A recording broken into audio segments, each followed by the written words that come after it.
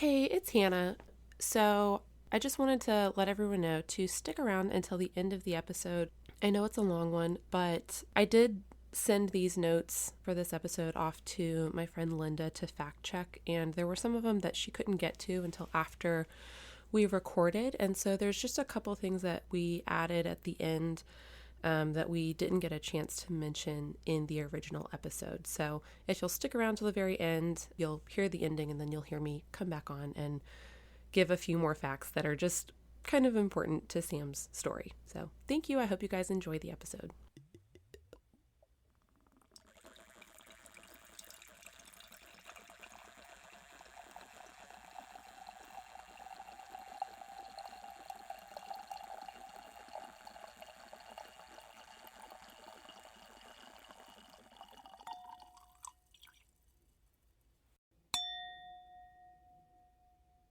You're listening to The Tales We Tell, a podcast about spooky stories, unsolved mysteries, and local lore. I'm your host, Hannah Parch. And I'm Katy.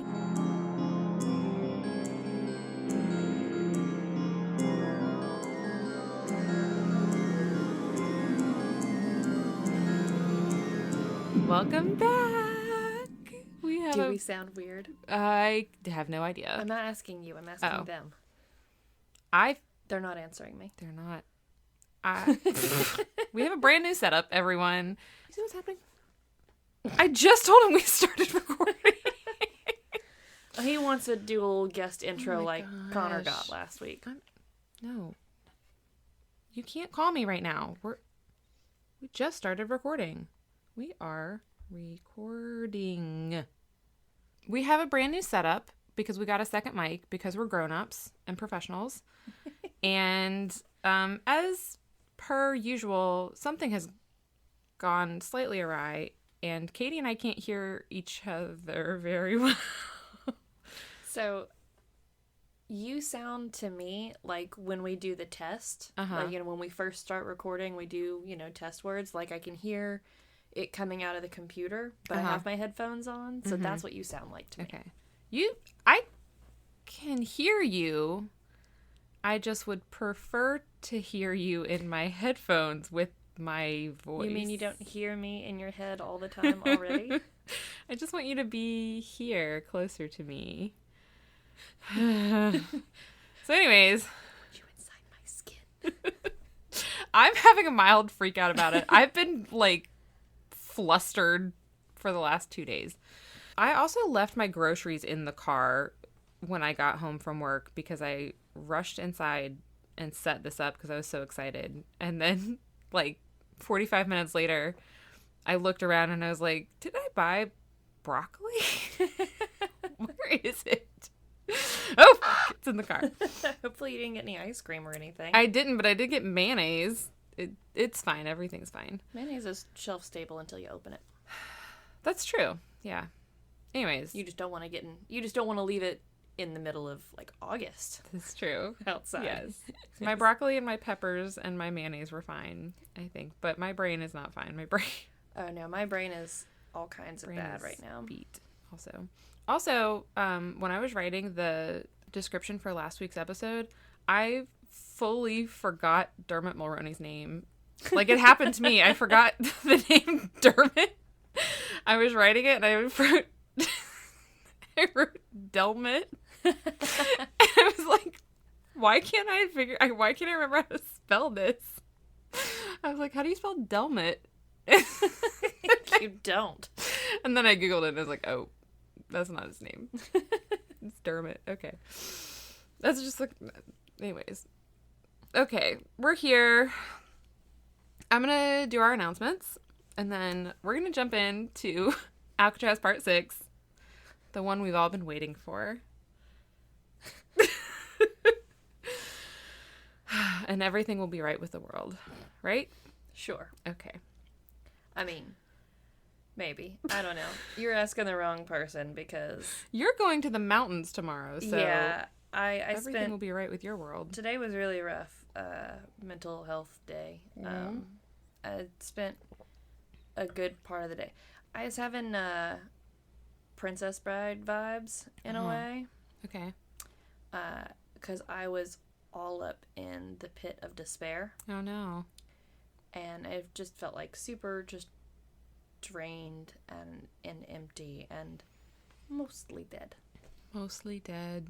I'm sorry. Well, I'm part of my, it's not in the announcements, but my opener for this is talking about my mental health. So, you know, if it's a bummer.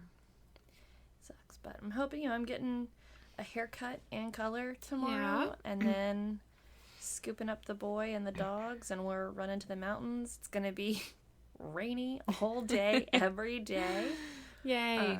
But I got the critter. He's got a new rain jacket. Aw. It looks like a fox. Oh. So, like, the hood has little eyes and ears. There's even on a tail on the back. And he got some new rain boots that have, not only do they have dinosaurs on them, but they light up. They're light up rain boots. Rain boots. I forgot the name of the shoe. Sorry. So, yeah, because he loves running through puddles. Of course. And I was like, okay, well, if it's going to be raining the whole time, like, this kid loves to be outside. Yeah. He loves puddles. Like, we'll get some rain gear. Let's get him a jacket and boots. That way we can be outside for a decent amount of time, because it's not going to be that cold. Yeah. It's going to be cold enough that, if he gets too wet, we're not going to be out for very long, but... Nice. Yeah. Well, it's exciting. Mm-hmm. I'm hoping that cures me. Nice. Well, it'll be, I think, in the 70s here. Mm-hmm. I am envious of the really nice weather that y'all are going to get. I hate 70s in January, but I also hate it being like 15 degrees in the morning, so. Kind of just hate January. Yeah. I feel like I can't get warm. Yeah. Like, I'm just constantly a little bit cold. Like, my feet hurt because my feet are always cold. Yeah. And I know that at the cabin, even though it's going to be in like the mid 50s to like low to mid 60s, that cabin is hella well insulated. Oh, that's and gets good. Real toasty in there. So I'm like, I'm finally going to be warm. That's nice. For the first time in forever. I'm always cold at work because my office is not well insulated, and which is why I don't understand why the mice like it. By the way, you spelled tally wrong on your board. I did. It's not I-E like Tolly. It's with a Y like Katy. My first announcement is a reminder about the HKL podcast episode. Ours will be coming out on YouTube February 5th. As a reminder, that is the podcast for Aware, which is the clothing brand that advocates for mental health awareness and suicide prevention. And they have a great podcast called the Hard Knock Life Podcast, HKL, and we were on it, and it was wonderful. You can find it on YouTube. We're going to keep putting the link in the show notes because it's a great podcast to watch. But our episode will be out February 5th if you want to see what we look like. There's that. The second Better one? than we look right now. Yeah, we did look. I mean, you look pretty. You're just in comfy clothes. Oh, thank you. It's because I wore makeup to work today. And you did your hair. I did. I washed my hair today. I showered today, and I showered yesterday. Nice. So, like, I mean, we're living the dream. I'm very settled into depression station. But I have at least showered twice, which is... That's good. I mean, that's honestly impressive even when I'm not depressed. I mean, it's only Tuesday. Showering. So it's only Tuesday. Mm-hmm. You're doing good. Mm-hmm. You're doing great. Well, the second announcement is a shout out and a thank you to our listeners. Specifically those who have messaged or said something kind this week, because the imposter syndrome has been very strong for me specifically this week. And I feel like just right at the perfect times, we had some listeners who either posted something or messaged. You haven't shared any of that with me. Well, I know there's one I need to... Well, one was on Facebook. You should have just seen it naturally. I'm going to go look it up right now then. It was, I think just I personally was tagged in it, which, so I guess you probably shouldn't have seen it. Maybe the podcast was tagged. Another one was a Patreon message that I will share with you because it is directed to both of us and it's very sweet. Also, a reminder that imposter syndrome is a symptom of like several mental illnesses. And so like as a definition, if you're experiencing imposter syndrome, you're not an imposter. You're literally, your brain is fucking with you. So there's that. And also, if you're a woman with a woman with imposter syndrome, the patriarchy is also fucking with you. Yes. Yeah.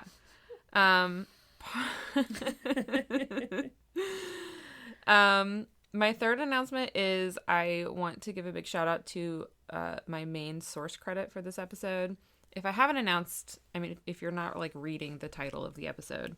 So this is Alcatraz Part 6, which means it's our Sam Shockley episode, the one I've just essentially been wanting to do the whole time. So a large portion of this information comes from a woman named Linda, I hope I'm not going to mess up her last name, Baker Zonstra. She's Dutch, so that's why I'm struggling with the last name. But she has a very detailed blog that she wrote and maintains about Sam and his family.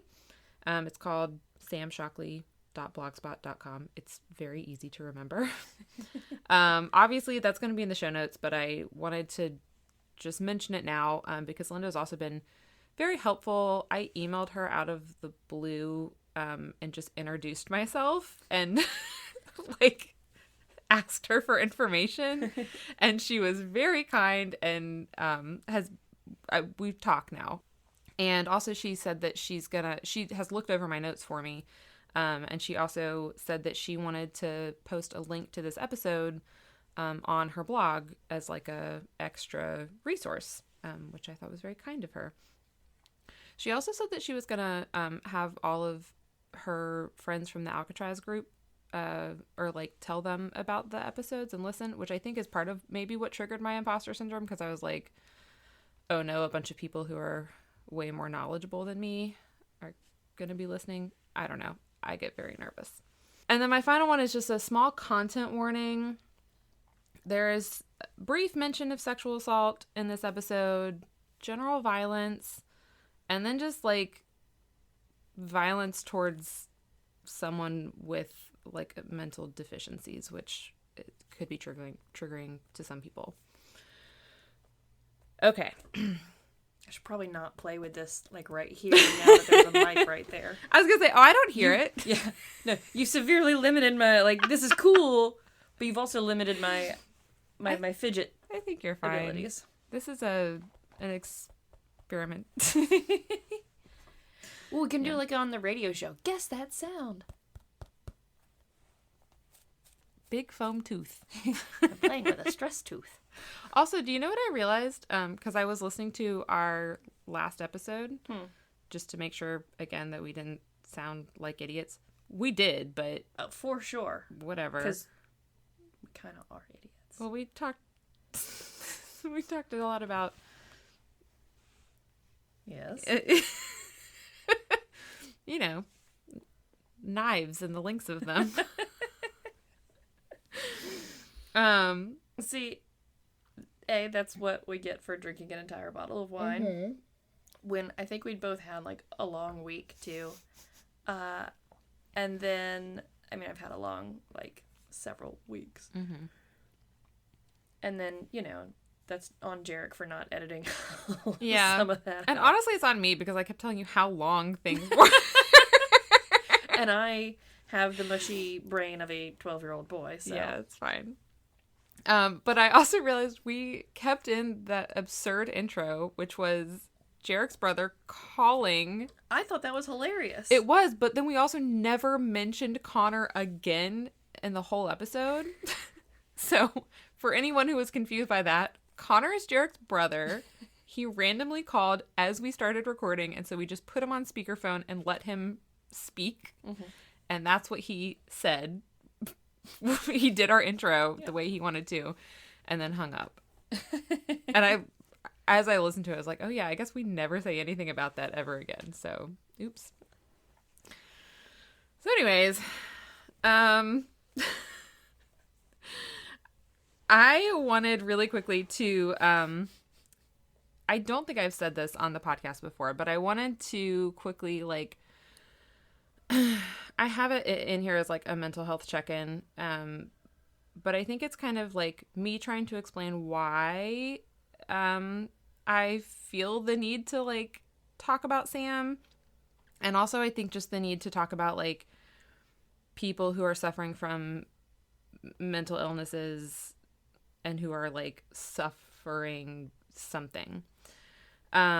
So I've been thinking about that concept since we talked about Richard Chase, who was the vampire of Sacramento, which is not a... I was like, I was thinking Richard Speck, because he's the only Richard I can remember. But... Yeah. So Richard is a rough episode. Like, I don't want to... It was a really good one, though. Yeah. It was a really good story. Yeah. But with him, he had schizophrenia that was like untreated due to like a poor support system. I think he was treated and then his mom told him to like stop taking his medication or whatever. And I think he probably had some other stuff going on, but he had like hallucinations and delusions that told him that his blood was turning into powder, and that the only way to fix it was to like consume other people. And like, not condoning any of that, but like it was just like a very clear explanation of what was going on with him. Like, I have anxiety. Hello. And I think I have explained that like the way that my anxiety manifests, like when it's at its worst, is that my brain will make up like a phobia and then convince my entire being that it's very real and that we should be very afraid of it, and then my brain will fixate on it until, I don't know, we get tired. I don't know when my brain stops. So, and like before it was like managed the way it is now, like that could last for like days or weeks, sometimes months, and like it was really, really bad. And like that's where my depression comes from, because like you stay like that for a little bit and then you get very depressed. Well, it's exhausting. Yeah, it is. It's so tiring. It is.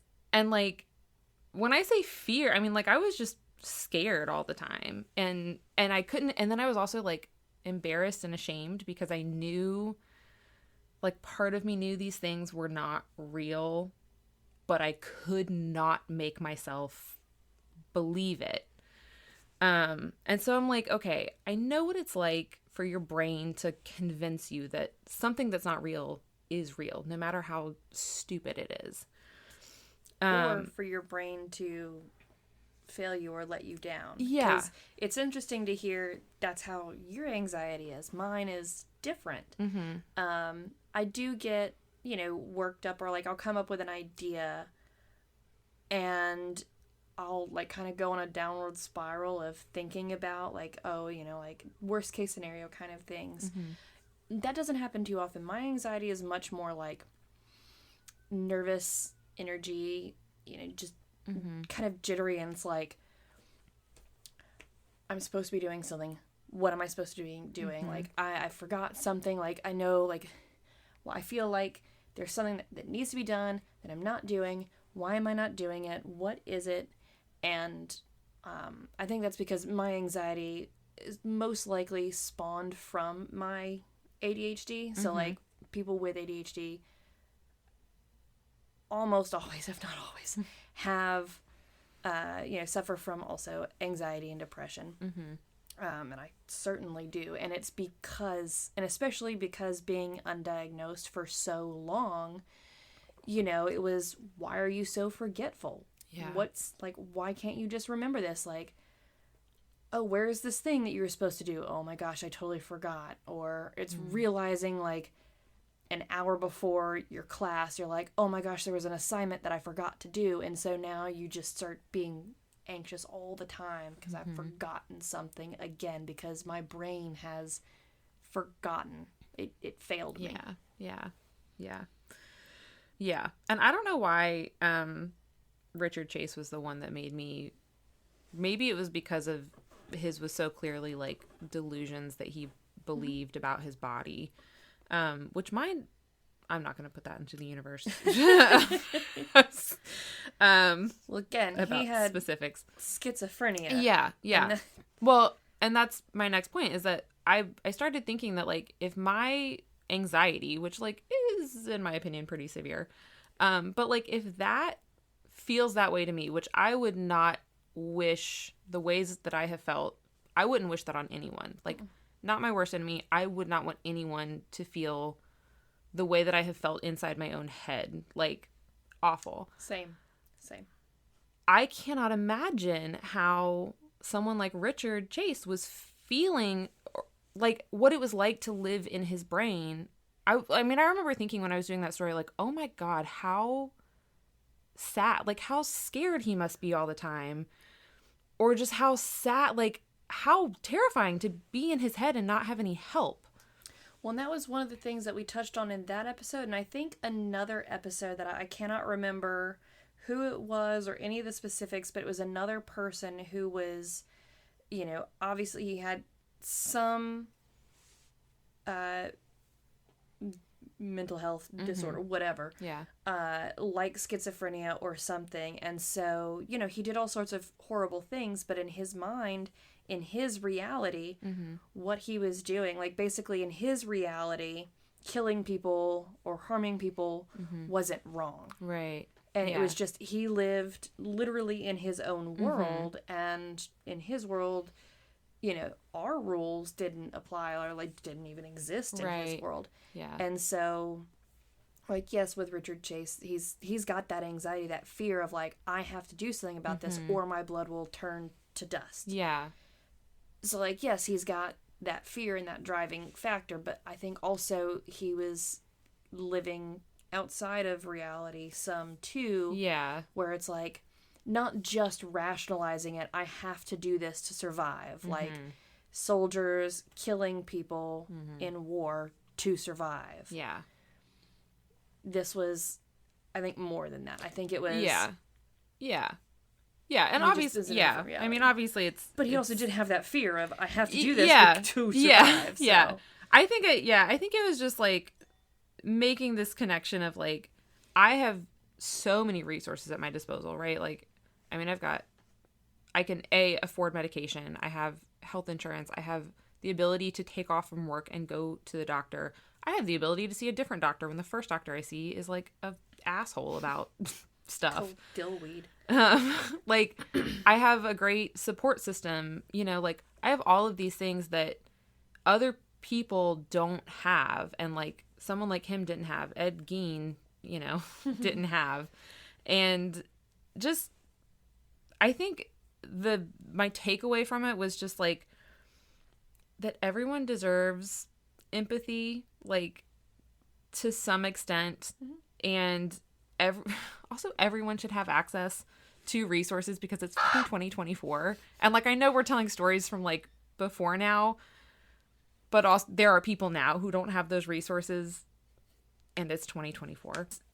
I think Sam's story, when I read it, was just the one that really stuck with me because it's a story of all of that, plus just, like, gross injustice perpetuated by our fucking system. Not just the system, but multiple systems failed him. Yes, exactly. You know, just society as a whole, the education system, justice system, prison system, at every opportunity, it failed him. Yes, exactly. So, but you're going to tell me all the details because I do remember vaguely his story. Yeah, and we're gonna dive right into it now, aren't we? We are, and you are welcome to look at your dossier if you want. He's another one I couldn't get a good color picture. Oh, you must be so disappointed. But it is a nice photo. Nice clarity. I tried to clean it up. I have my little photo editing app on my phone, which my phone now has too many mugshot pictures. Okay. So, Sam Richard Shockley was born January 12th, 1909. So, happy belated birthday. Happy belated birthday, Sam. He was born in Cerro Gordo, Arkansas, which, if you're not familiar, is in the township of Katy in Little River County. None of that Doesn't means that tell you anything more? to me. It's very close to the Oklahoma border. So I've been through Arkansas. Yeah, I don't think we ever really stopped in yeah Arkansas. Maybe for gas. I think it's kind of in the middle of nowhere, but it's close to Oklahoma. All right. His parents were Richard Samuel Shockley and... I'm sorry. So, Richard Samuel named his son Samuel Richard. Yes. Yep. Okay. Mm-hmm. Yeah. Good. There strong, are other good, names strong out there. Family names. There are other names. His mother, her name was Anyer Eugenia Bearden. I think she went by Anna. And they were poor sharecroppers in Arkansas in the early 1900s. So Richard's first wife was named Norma Josephine Bearden, but she went by Jossie. And with her, Richard and Jossie had a son named Bryant in 1889, Bryant Lunsford. And then in 1891, Jossie died. So Richard remarried, and he married Anna Bearden, who was Jossie's sister. Not weird. Not weird. Not at weird, all. I guess. It was Arkansas in the late 1800s. Anyway, so with Anna, they had Myrtle Lee in 1898, Frank in 1901, Annabelle in 1904, Patrick in 1907, Sam in 1909, and then Ruth in 1913. Oh, they waited a little bit for baby Ruth. So Sam was the baby for a little bit. Oh, and then in 1916, Anna died. It's jeez, Arkansas. She was just a baby machine for a few know. years. Like, it's amazing that they had that many kids. I know. Did any of them die in, like, infancy or childhood? I don't think so. That's impressive. I know. They did good. They raised their children. How many total does Richard Samuel have? Well, he remarries again after Anna. Okay, so he's still going. He marries a woman named Sally Barton, and they have one more child, which they named Richard Samuel Jr., I guess. That was in 1918. So that's 1, 2, 3, 4, 5, 6, 7, 8 children total. No, absolutely. Absolutely not. Well, he's also, they're farmers, so he's... Yeah, I know. So basically you're making farm hands. Yeah, he needs people to help work on the farm. So 2 years after the last child is born, Sally also dies. So now... Is he just killing these women? No, I think it's just the early 1900s. Or is it just their brood mares and they just die of exhaustion? I don't know. I mean, she only had the one, so... Yeah, it's true. I think she was sick, maybe. I didn't write it down. Well, I'll tell you what, all the other kids grown up on that farm are not going to die young because of illness, because they are improving their immune system by being around on farm. Yeah. Very strong. Well, because, that's something my dad loves to brag about. Because he also grew up on, it wasn't, it was a working farm, but it was more like a hobby farm. It was more to, like, feed the family. Because my grandparents had jobs outside of just the farm and everything. But, because he grew up around cows, pigs, chickens, and, farming, growing vegetables and whatnot. He was sick a good bit as a kid, but, being around all that, just built up that immune system. Sick as a kid, just not as an adult. And, get COVID? That's what I was about to say. Is, he never really got sick, like, after he was, in middle school or something. Rarely to never sick. And then, he did get COVID for the first time this past December. Nice. So, but he held out for a long time. I was going to say, that's, almost 4 years is pretty good. The statistics for our county right now, I think, is, 1 in 4 people likely have COVID right now. Jeez. Don't tell me that.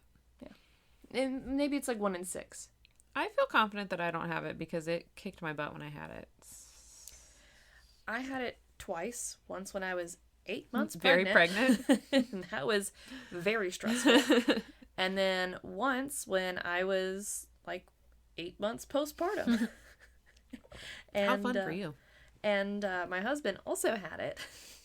And I didn't even know I had it. I just knew I was sick. Wait, was that the same time that I got it? Was it Halloween? Yeah. Because I got it from your husband. Probably. And so I was taking care of sick husband, sick baby. Nice. Going to work, being sick myself. And then after a week of being sick, I finally took a test and was like, oh, I have COVID too. He gets to lay on the couch and be useless all week. Where's my couch time? Yeah. And I'm still waiting to cash in. I never got it. Girls' weekend. And then there's gallbladder surgery. Mm-hmm. Went to the surgeon on Monday. Uh-huh. To find out, like, oh, am I good to lift above 10 pounds? Mm-hmm. So I was like, oh, they just put that on everyone's discharge. Like, you're fine. Like, you would have been fine, a day or two after the surgery. Stop.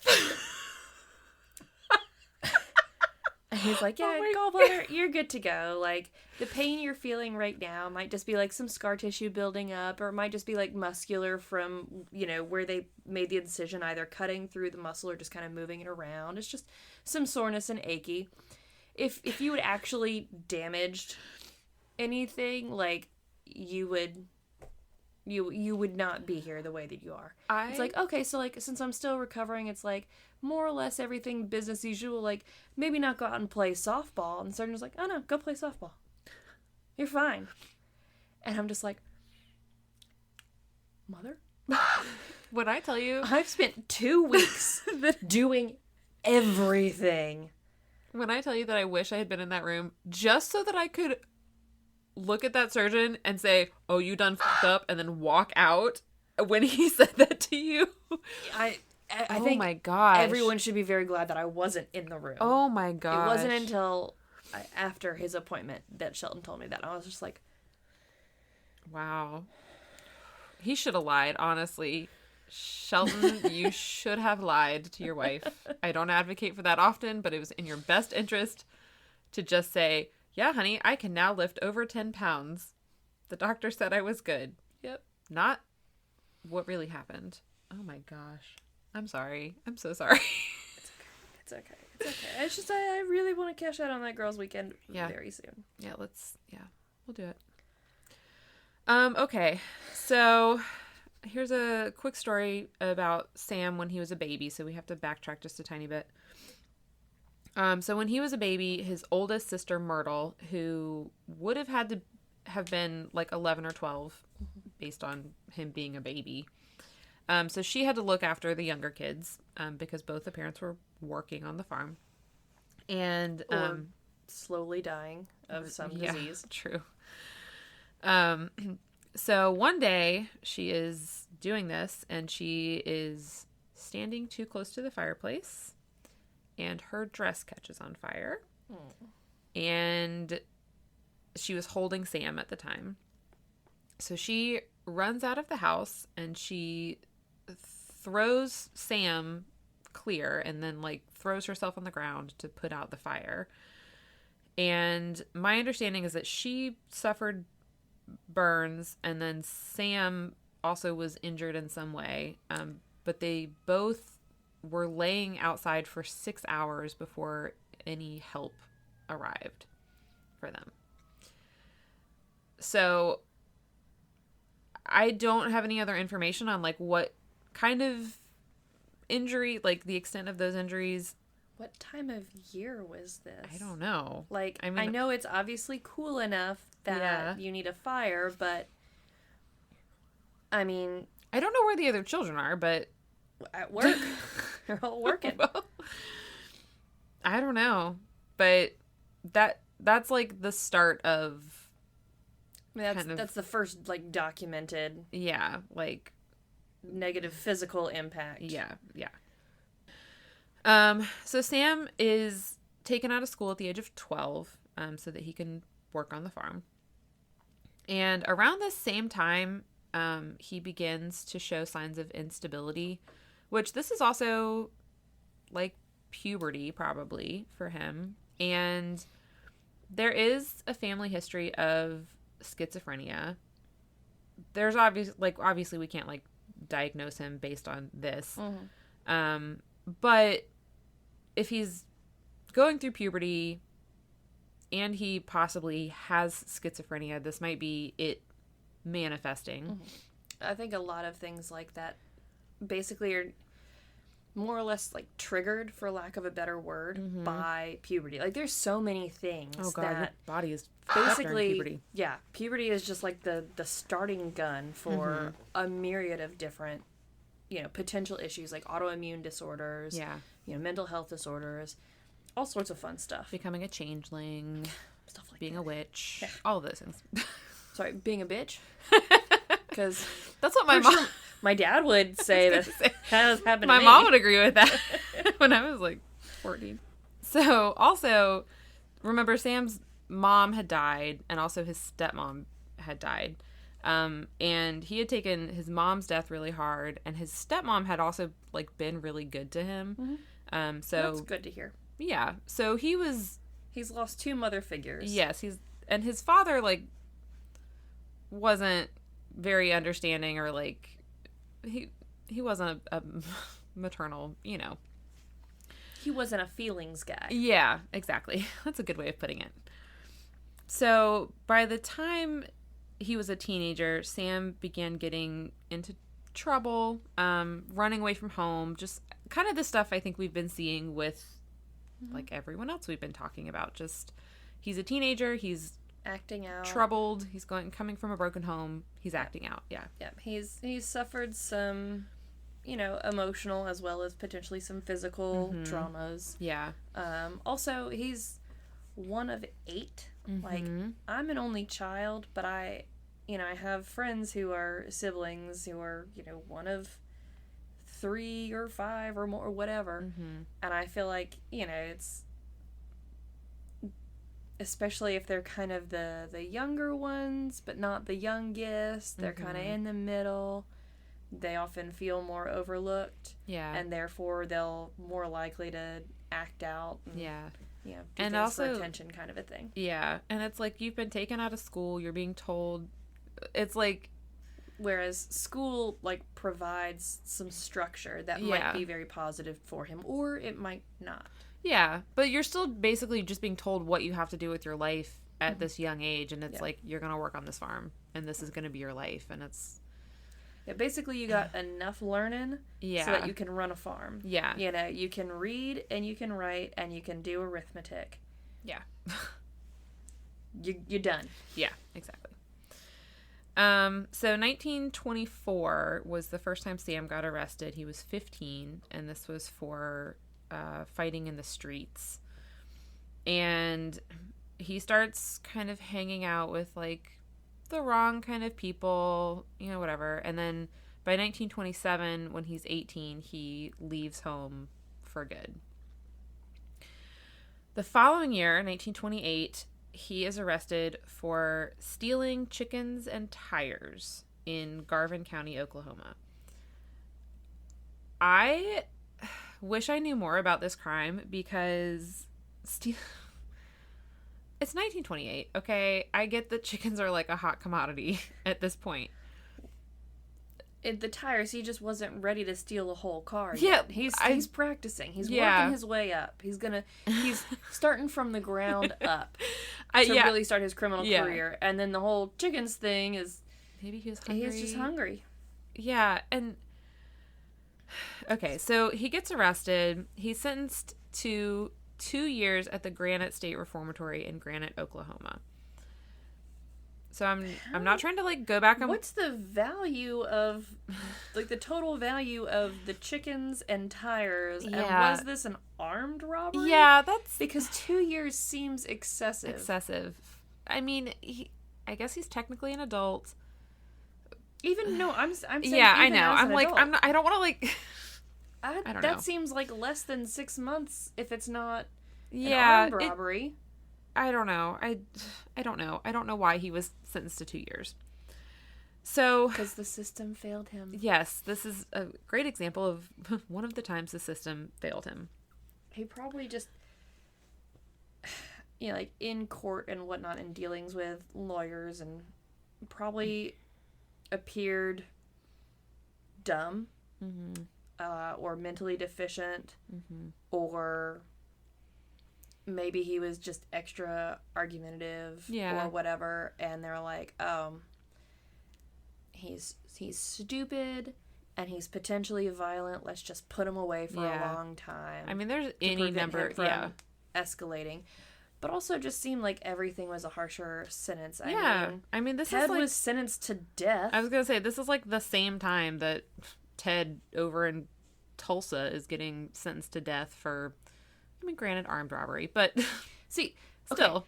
Again, that's excessive, but it was an armed robbery. Yeah. So, automatically, once you bring a violent weapon into a crime, you've upped your sentence there. Yeah. So, the Granite State Reformatory at the time was being run by Clara Wilbanks Waters. And she is often praised for her focus on the educational and religious programs that she, brought to the boys of the reformatory. I don't like the sound of the religious part. This sounds like, do your Bible learning, you be good, or Jesus will smite you. Well, I feel like this is... Okay, not to brag, but my Alcatraz book came in, my new one. And I was reading it this morning. And I was reading just this brief part on Warden Johnston. Warden Dumbass? Yes. And he's described as not in glowing terms, but he was well regarded at San Quentin as being an advocate for inmate reform and inmates' rights and all of these things. That doesn't sound like the Warden Dumbass I know. That doesn't sound like who I... Because I started thinking, I was like, oh my God, have I mischaracterized him? And then I was like... And then I remembered and then I read through my notes on Sam, and I was like, no, I didn't mischaracterize him. They're mischaracterizing him. So you should write the author of the book. I mean, you're that far gone. You might as well do it. I might as well. I actually have a contact for that person. I'll tell you about it later. You're a nut. I mean, I love you. and I don't want to dim this light at all. That's go okay. for it. I think it's funny. There's no way to dim it right now. I mean, hey, for years, what do you want to do when you grow up? I want to study the detrimental effects of animal poop in the water. So, there you go. Everyone is allowed their interests. Yeah, there you go. Well, something that Miss Clara Wilbanks Waters also did, she would enforce punishments forcing the boys to dress up in girls' clothing and then having them paraded in front of visitors as a way of shaming them. Humiliation is just awful. Yeah. It is awful. It's psychological. It is it's psychologically damaging. It does not drive home the message that you're going for, that you did something bad and you need to be punished for it. I even have a problem with you did something bad and now you need to be punished. Yeah. This is, you did something bad, you need to be disciplined. You need to be made to understand that what you did was bad and why it was bad. And correct your behavior. And fix what you did if you can. Yes. Yeah. Make a... Yeah. I mean... Yes. Yeah. But absolutely do not humiliate. Yeah. Humiliation is ridiculous. And solves nothing and changes no one. So that's kind of where we're going. Unfortunately, it wasn't uncommon at the Granite State Reformatory for some inmates to physically and sexually assault inmates that they saw as weak, both physically and mentally weaker than them. And unfortunately, this is what happened to Sam. And because he resisted and fought back, he was beaten pretty severely. And this is where he sustained a pretty serious head injury and a pretty serious brain injury. And my understanding is that because of this injury, he was released early. So he was released in July of 1929. So he only served a year. And they said they released him after he had, like, quote unquote, recovered. But it also kind of sounded like, well, we don't want to keep paying for his medical stuff. Mm-hmm. And also, like Linda pointed out, she's like, I mean, the treatment for head injuries there was probably just like rest. Like, it was like a concussion, just take a nap. You're fine. Have some aspirin. Yeah. Yeah. So they sent him home, and according to Sam's brother Patrick, Sam was noticeably different after this. He said that, quote, it was no longer possible to have a reasonable conversation with him. And the family couldn't afford to pay for any further medical treatment. So this is just another failure. The healthcare system failed. Yeah. After the prison system fails him, healthcare system fails him. And then about a year later, Sam would sustain a second head injury as a result of a beating from a police officer. And there's not any documentation. There's the justice system failing him yet again. I know. There's not any documentation on that one, but it's, first of all, stop hitting people in the head. Cannot emphasize that enough. But, like, only zombies. Only the zombies, yeah. I mean, I feel like we just have to say a blanket statement, like, don't hit people, but obviously that's not always going to be the case. Don't hit people, but also, especially not in the head. Yeah. So, at the end of 1930, Sam found lodging in Jerome, Idaho. So he's, like, still independent. Mm-hmm. He's just different now. I guess is he just kind of vagabonding? Yeah. I think he eventually finds a place to live, but I think he is kind of drifting. Mm-hmm. He found work as a farmhand, a cotton packer, and a dishwasher. And he seemed to really like it in Jerome, so he stayed there mainly. And eventually it's thought that he ended up renting a room in a boarding house owned by a woman named Adelaide Moore. But it's unclear if he started living there. It's unclear when that happened.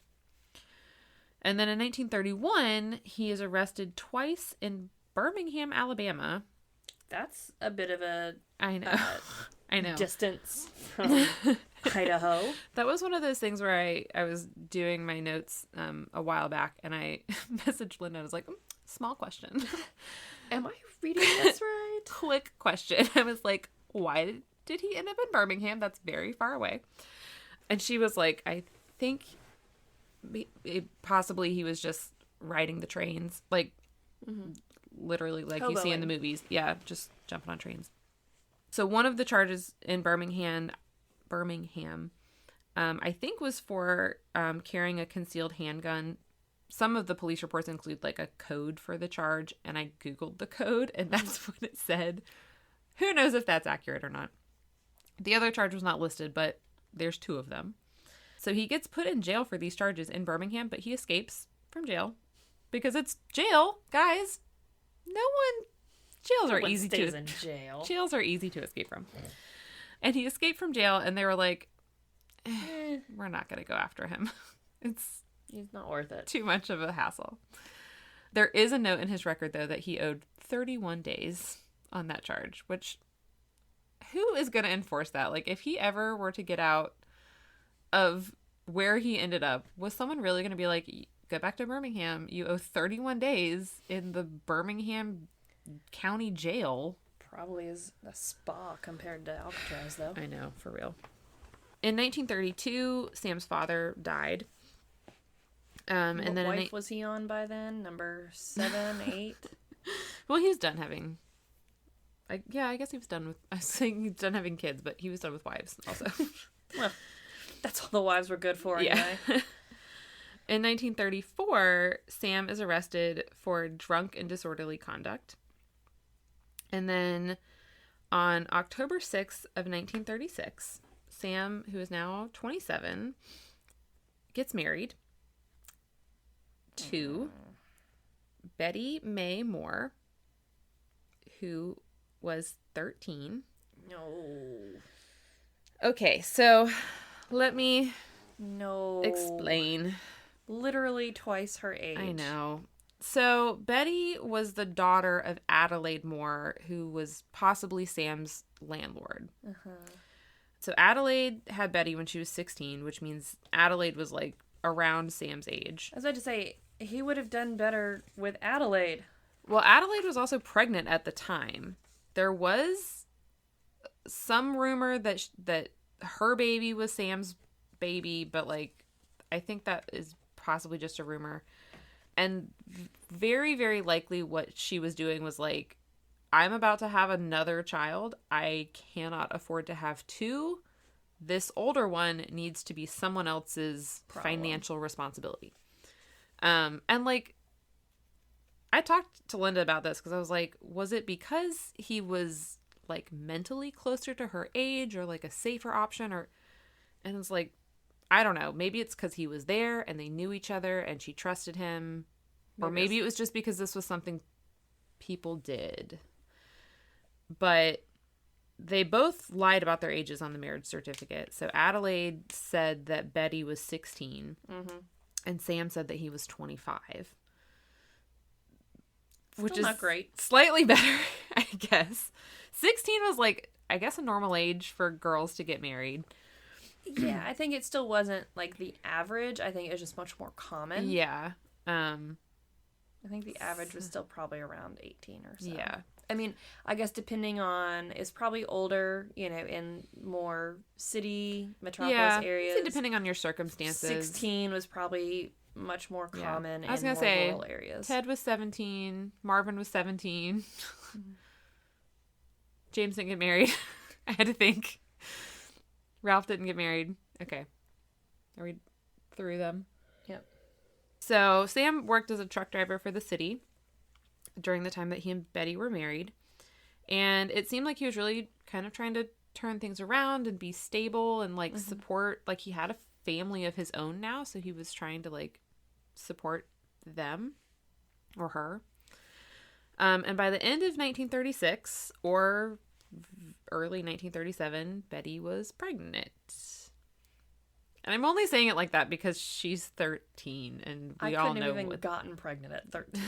We all know what that means. You said you couldn't have? No. I could have. It was not physically possible. Yay, puberty. So they had their daughter on August 7th, 1937, and her name was Astor May Shockley. But unfortunately, she was very weak when she was born. Because her mother was 13. Yeah, her mom was 13. And she probably didn't have any prenatal care or like medical care. And unfortunately, Astor died a month and a half after she was born. The cause of death is listed as, I'm going to mess this up, paralytic ileus. It's essentially a paralysis of the intestinal muscles. I WebMD'd it. And it's most often caused by surgery, like nowadays, but it can be caused from inflammation and or trauma or electrolyte balances. So this is another thing I asked Linda about because I was like, what's this? Because also 2 years later, Betty would have another child that also died by the same thing. Because I was like, is it genetic? Like what's...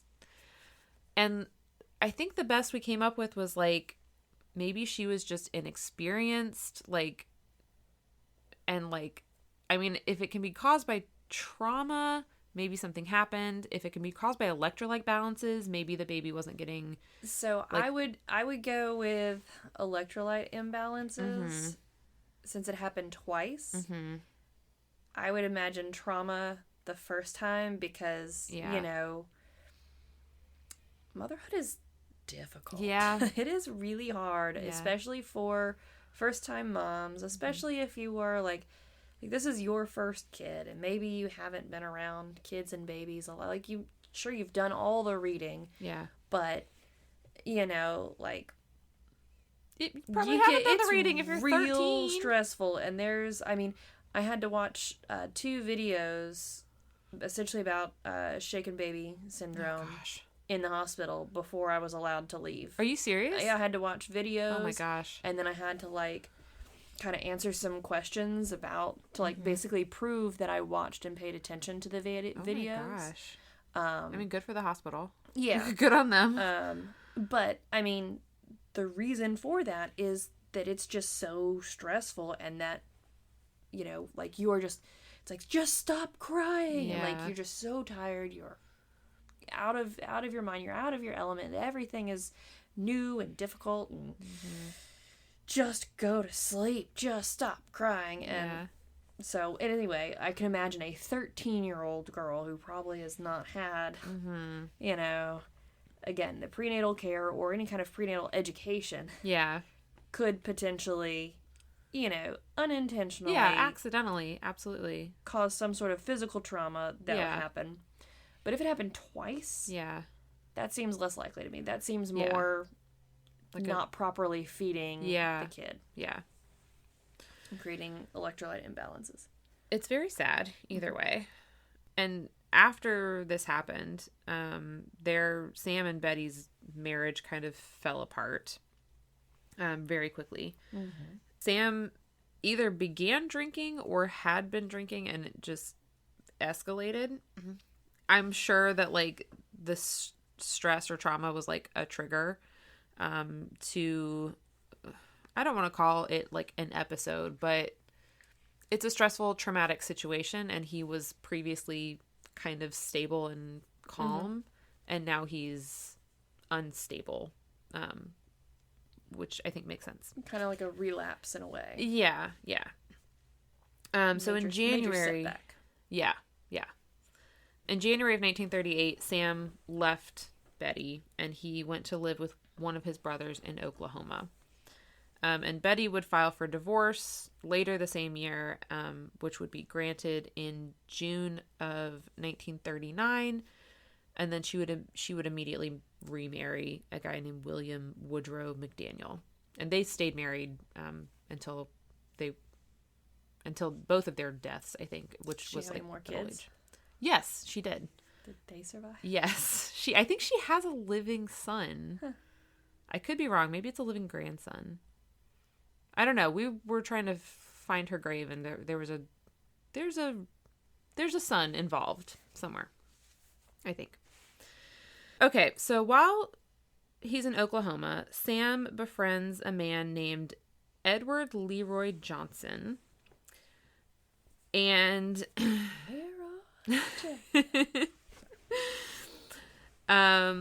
Edward's not a good guy, because on March 15th, around 4:45 in the morning, why we're getting up that early, I don't know, Sam and Edward hijack a car with a stolen shotgun.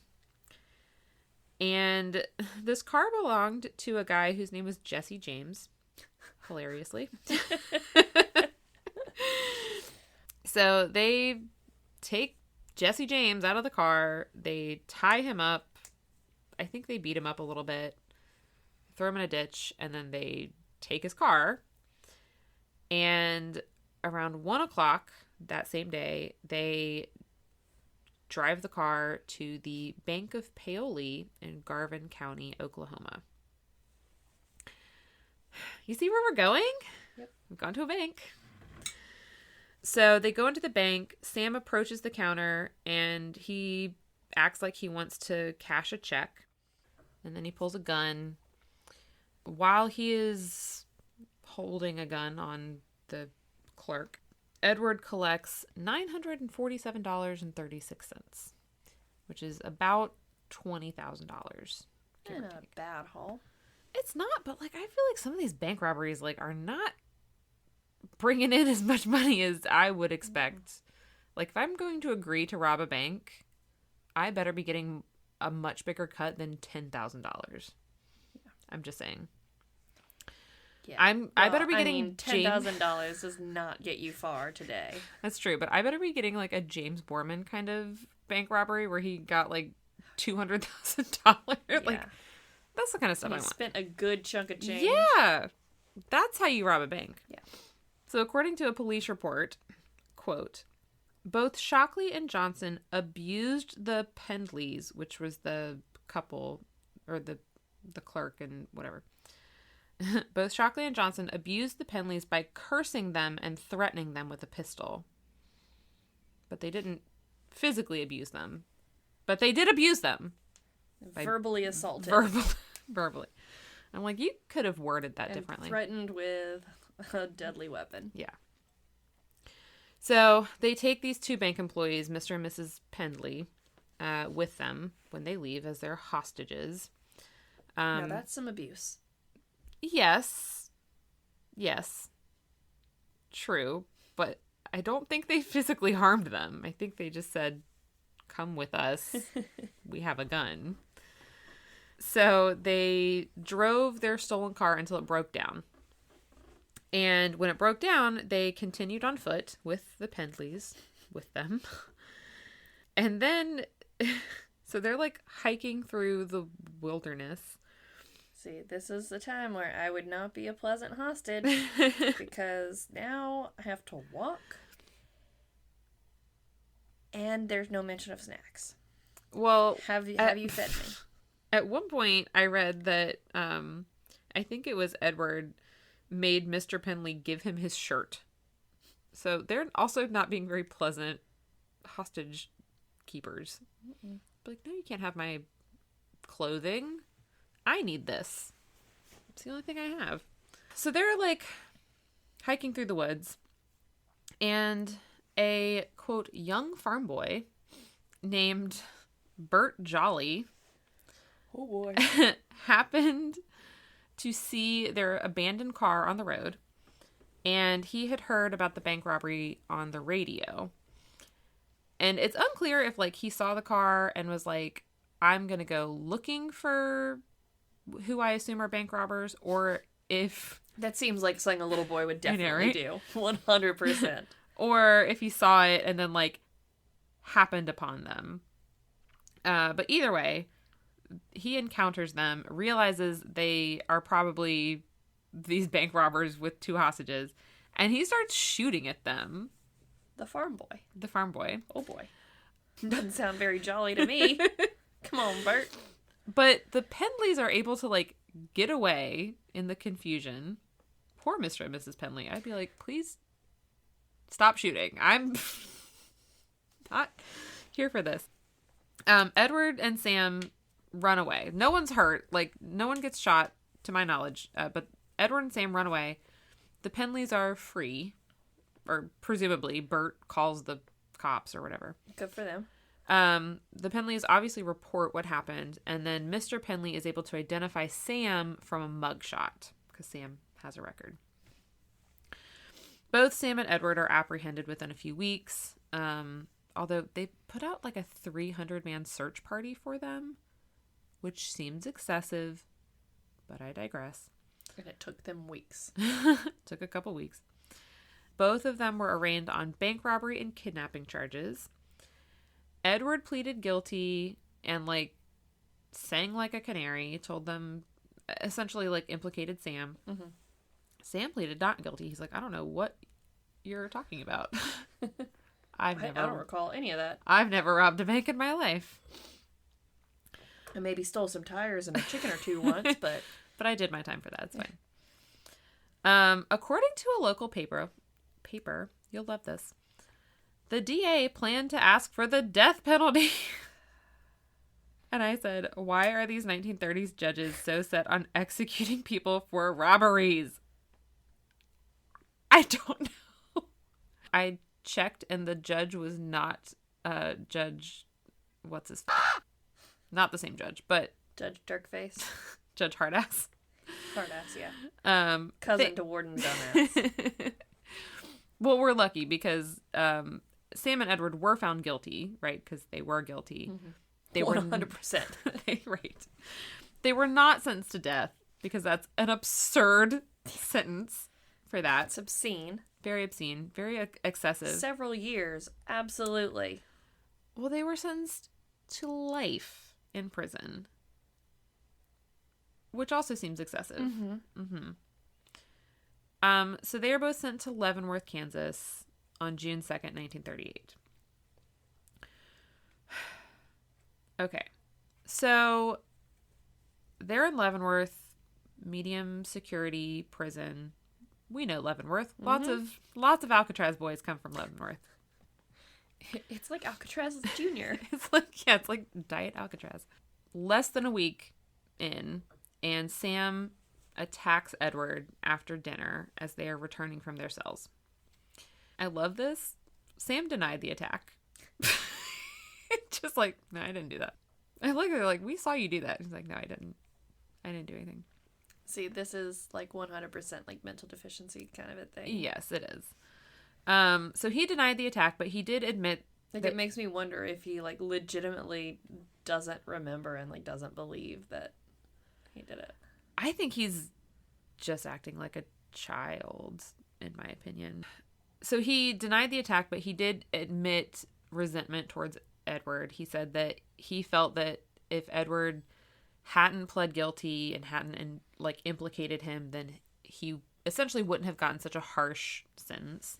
And then on June 26th, so a couple weeks later, during a routine cell search, a case knife was found in Sam's mattress. How long is this knife? I don't know. They didn't say. I know. Well, it's probably 6 to 8 inches, probably, give or take. Good. So these two incidents were apparently enough to deem him as unable to adjust at Leavenworth. Per his paperwork, quote, he is a particularly vicious type, and it is felt that as long as he remains in this institution, we will have to keep him very definitely safeguarded. Which I'm like, duh, that's kind of your whole job at a prison, but whatever. Not what you do with all of your inmates. It's the definition of a prison, but... I mean, this is also a medium security prison, like you said, right? So yeah. Everyone in there is like, we need to keep a good eye on these folks. Yeah. I'm like... Anyways. So this was followed up by a recommendation to transfer him to Alcatraz. So, like... He's been there for less than 2 months. Infractions. Yeah. And, like, barely given a chance to adjust. And they're just like, well, you're not adjusting well to life here. Goodbye. Well, he's probably like, okay, you just pissed at Edward because of the whole pleading guilty and, running his mouth thing, which, okay. And then he just had a knife. Which, after his last experience in prison... Yeah, he had a knife, too. He would want a knife to protect himself. We have seen what can happen. Well, this is also his first time in federal prison. I mean, like, everything else has been kind of small time. Yes, he's been in jails. Yeah.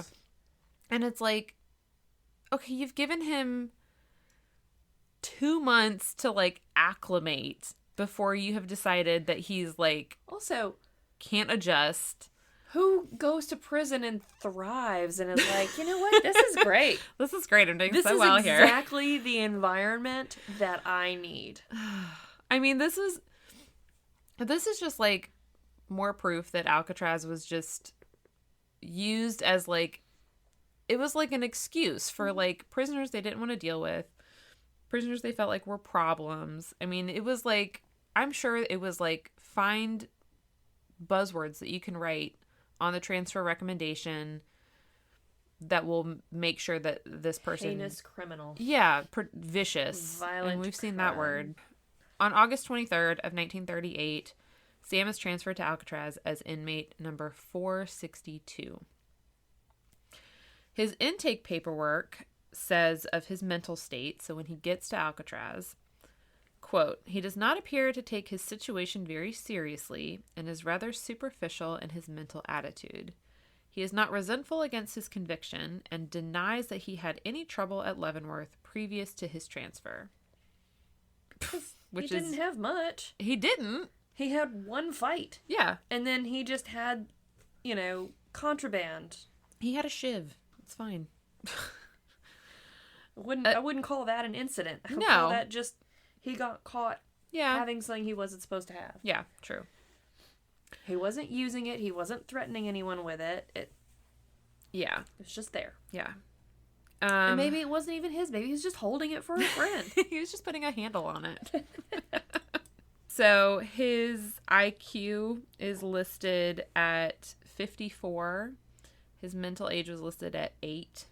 Ooh. And his diagnosis was, which I think I don't know if they put a diagnosis for everyone, but his was mental deficiency without psychosis. So, like, yeah.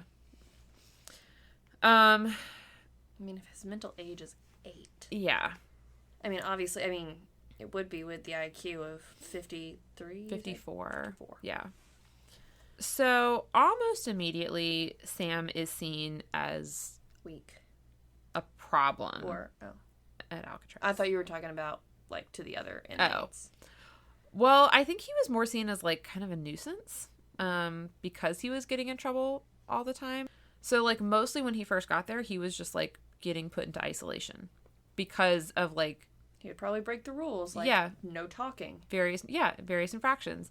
I think the most common thing is he would just refuse to work.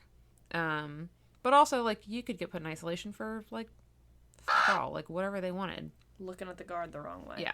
As a reminder, which I should have said this at the beginning, if you haven't listened to episodes 1 through 5, go back and listen to at least, I guess, 1 through 3 for our Alcatraz episodes. But as a reminder... 4 or 5. As a reminder, isolation, or the hole, these are the underground cells. The dungeon cells. So it's essentially a cold room. There is no light or sound. So 24 hours of no light or sound. There's no furniture except for a mattress and a blanket that you're given at bedtime, and then it is taken away from you in the morning. You get really inconsistent and poor quality meals. And you can stay in there for 19 days at a time, maximum.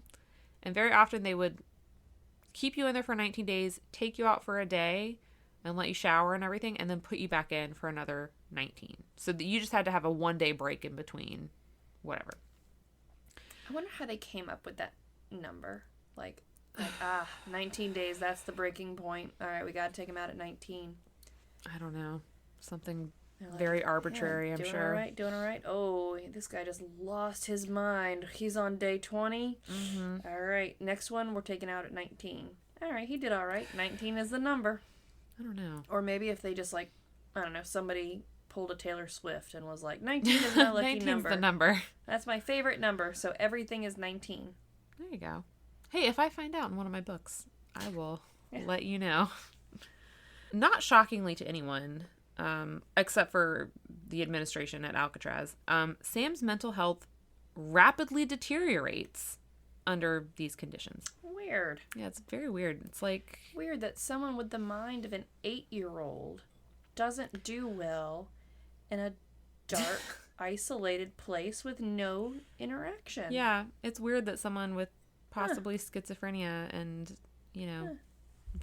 any other unknown problems wouldn't do well in a sensory deprivation dungeon.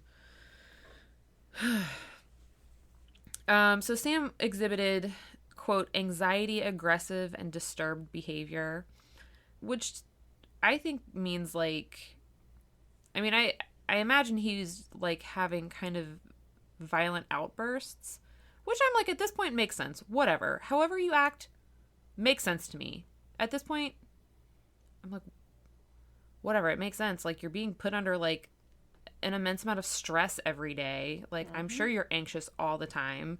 I act sometimes violently when I'm stressed and anxious. Like, oh, yeah, for sure. I get it, man.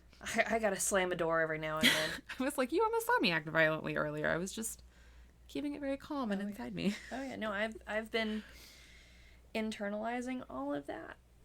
Mm-hmm. And for weeks and weeks and weeks now, and but hey, my kid is making progress on trying food, so that's a win. There you go. That's good. He demolished a ginormous chicken tender. Oh.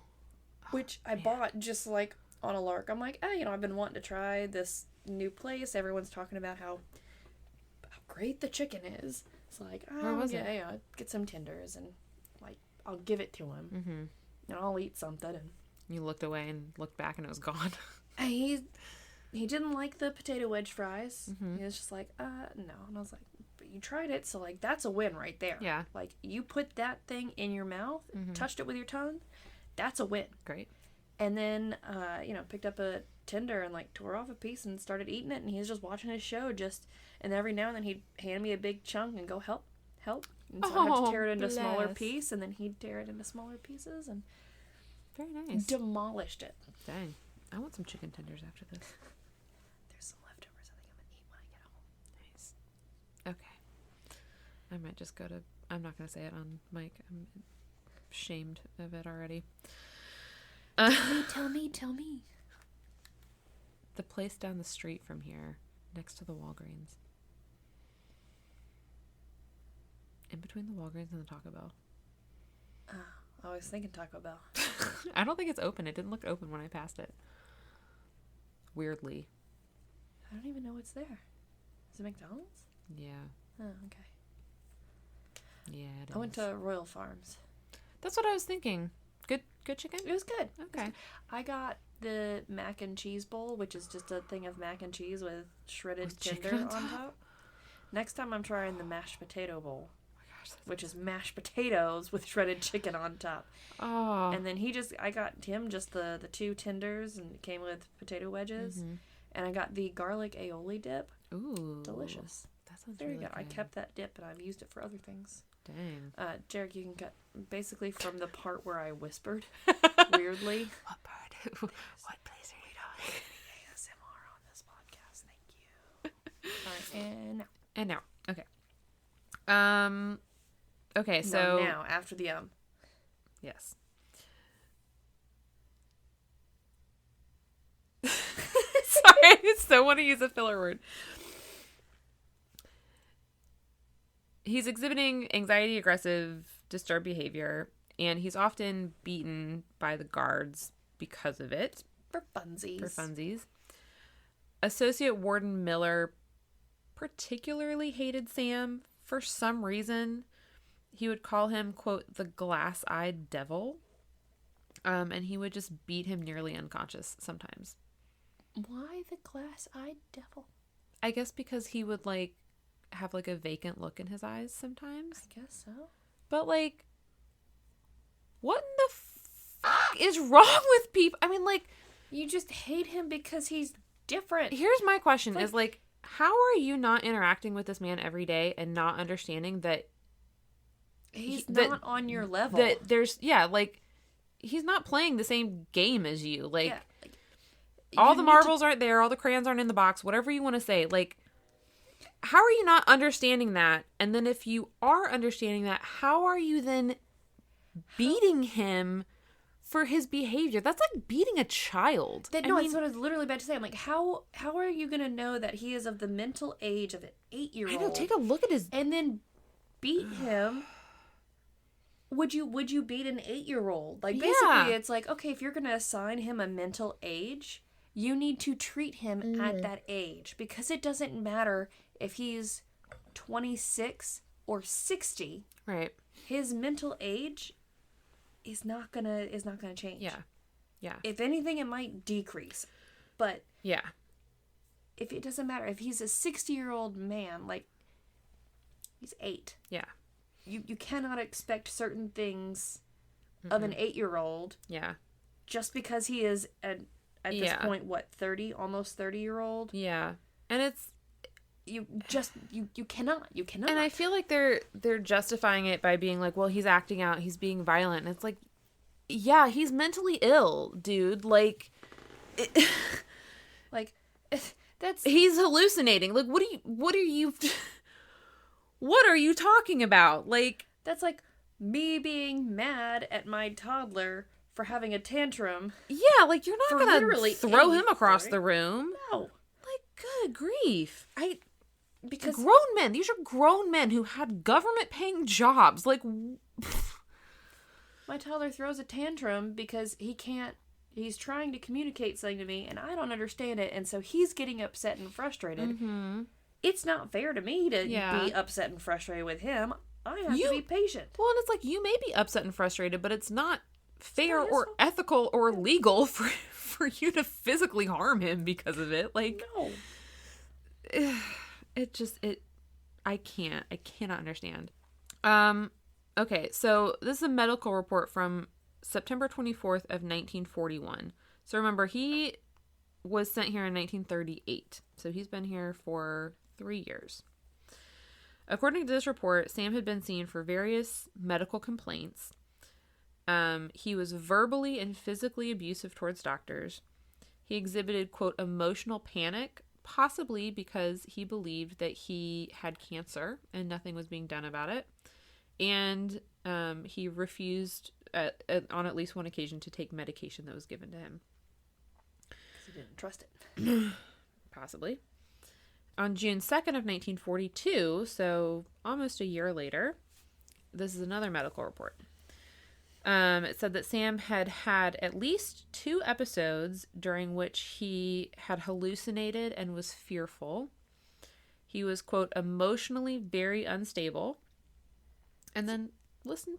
They have mental institutions. They have, at this time, there are facilities where you can put the criminally insane. Mm-hmm.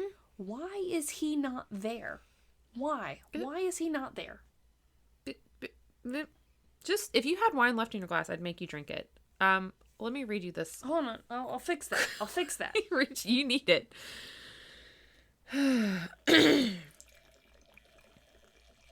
Excuse me while I take a whiz. Alright, that's plenty. If anyone is unfamiliar with our drinking rules, Katy has to drink every time she guesses a point. Okay, so this is a quote from this report. He has been hospitalized for mental observation when he became fearful, partly disoriented, and assaultive, believed he was dying with cancer, etc. He would be likely to break down again under the confusion and tension of a disaster and be dangerous to those about him. His transfer to a medical facility, presumably, is suggested on that grounds. His diagnosis on this report was mental deficiency with psychosis. Nothing is done about that. That's just... They probably filled out the paperwork and said, okay, great. Work here is done. Yep. So doctors are at least saying he shouldn't be here. He should be somewhere that can take care of him mentally. Meanwhile, Warden Dumbass is like, nah, that's too much paperwork. Yeah, and then... He's not worth... Or the assistant Warden Dumbass is like, the glass-eyed devil doesn't deserve to be put into a facility that will actually take care of and help him. Yeah, or is like, why is he acting strange? I want to commit violence against these people. It's just so infuriating to like be like, oh, his mental age, like I can't let it go. His mental age is 8. Why aren't you working in the machine shop and following all the rules? And like, why aren't you ascribing to, like acclimating? And why aren't you acting like a 32-year-old? Yeah, act your age, damn it. Jeez. Pick an age that you want him to be, and then go with it. Yeah. Because my almost 2-year-old understands how keys work. Have I told you this? Yeah. Yeah. That he understands the concept of if you say something is locked, he needs keys to unlock it. That's pretty impressive. And toys that he recognizes doors on cars and trucks and he tries to open them and he'll look at me and ask for keys because he wants to unlock the door to open it. I have to explain to him that door is not a real door. It doesn't open. Yeah. And he sometimes gets it. He does not communicate to me yet when he's, needs to go to the bathroom or something. We're getting there. Yeah. But that's not a 2-year-old thing yet. Yeah, I mean, but I'm like, just because he's very smart in one area, Oh, he doesn't jump yet. That's a thing. Oh. It's not because he physically can't. I think it's just he doesn't have any interest in jumping. Yeah, it's kind of hard to figure out. He's not a physically active kid sometimes. He's an observer. I mean, not like the other boys are. Not like the other ones. Not like those boys. But, so like, yeah, it would be unfair of me to be like, oh, well, you understand how keys work. It would be unfair of you to hand him a can opener why don't and you have ask a job him. yet? Yeah. It'd be unfair of you to hand him a can opener and ask him to open a can of beans. Mm-hmm. Because he's 2. Might figure that out. I mean, he might, but like, yeah. I'm going to test that this weekend. I'm going to open a can of beans and be like, all right, bud, this is how you work a can opener, and let's see him do it.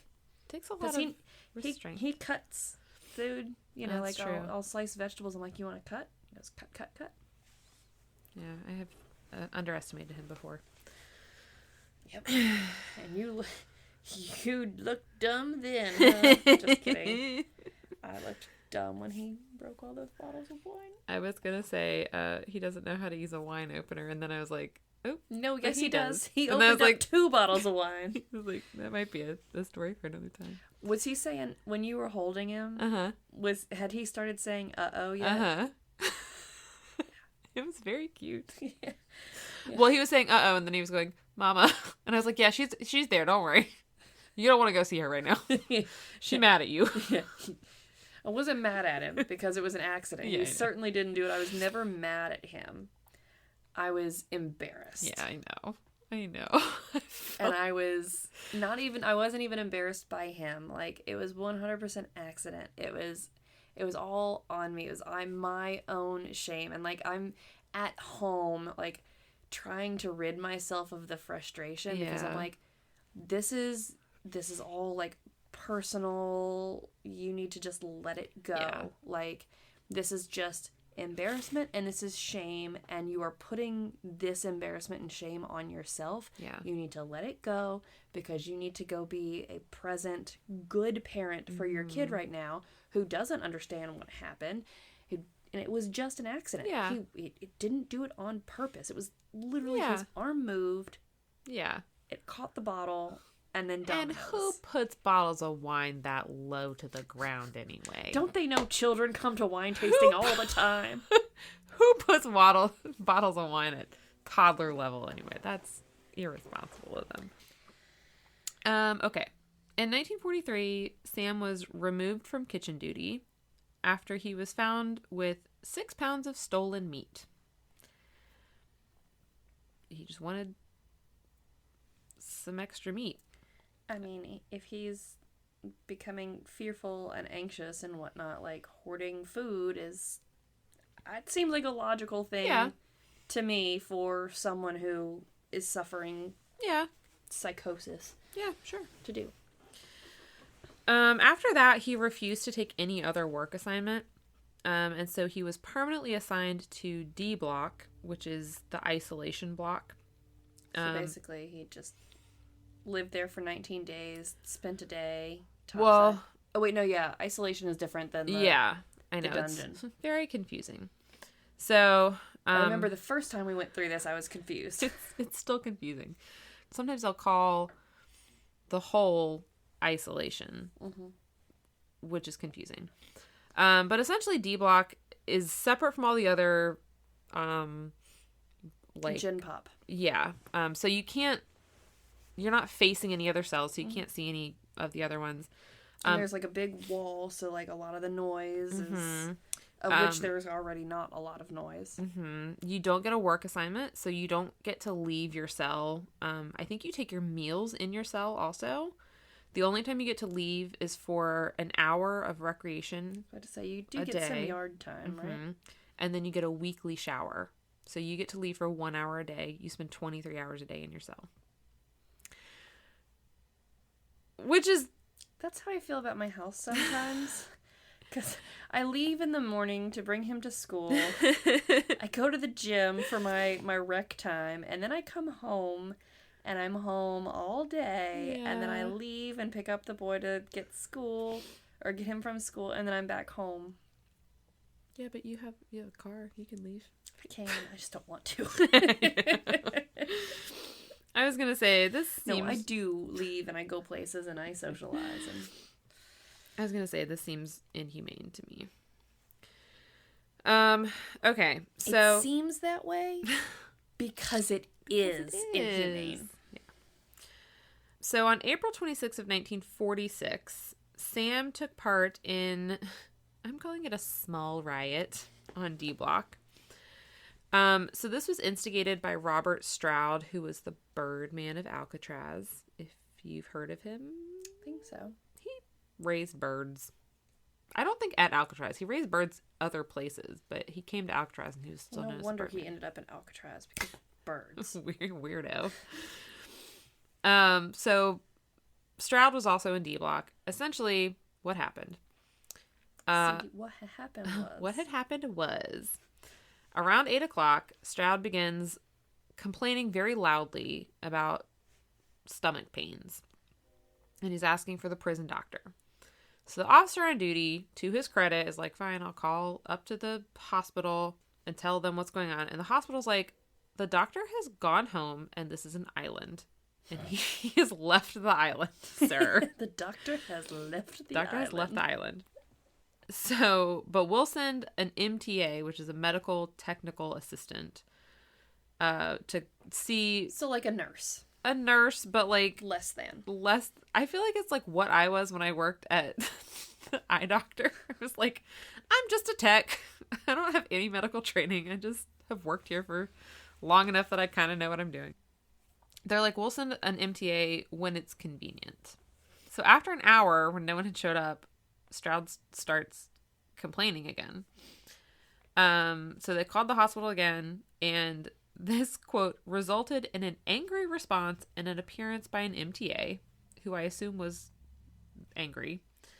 They were being inconvenienced because apparently they were being summoned away from their show or something. Like, I don't know. What's happening?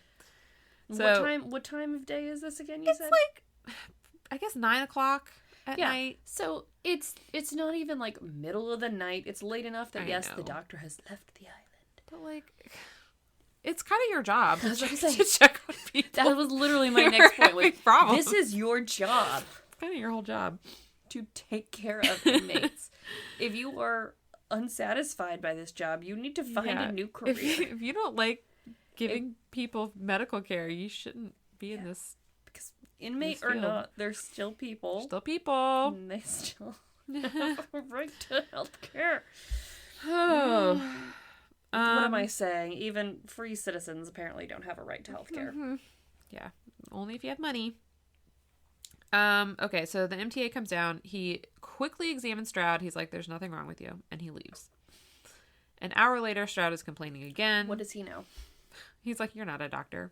Stroud complains again. He's like, I want to see an actual doctor. He's like, I'd like to see an MD, please. None of this MTA shit.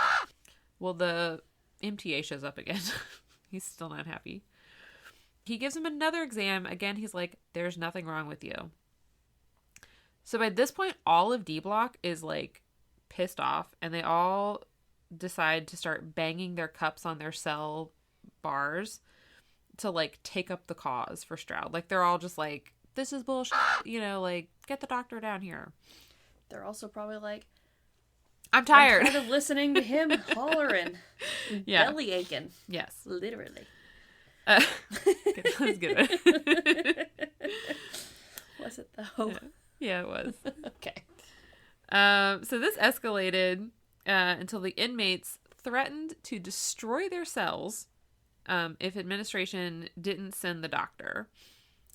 Which, I mean, I know that's like the only threat they've got, really, but at the same time, if I were a guard, I'd be like, do it, destroy your cell, then you'll have nothing. You'll have less of nothing than the nothing you already have, but like, yeah, they'll go for it. Follow through on that threat. All right, I'll take another finish sip. that. Yeah, that's exactly what they said. They said, you guys, do it then. Because after an hour, the inmates were like, fine, we're going to do it.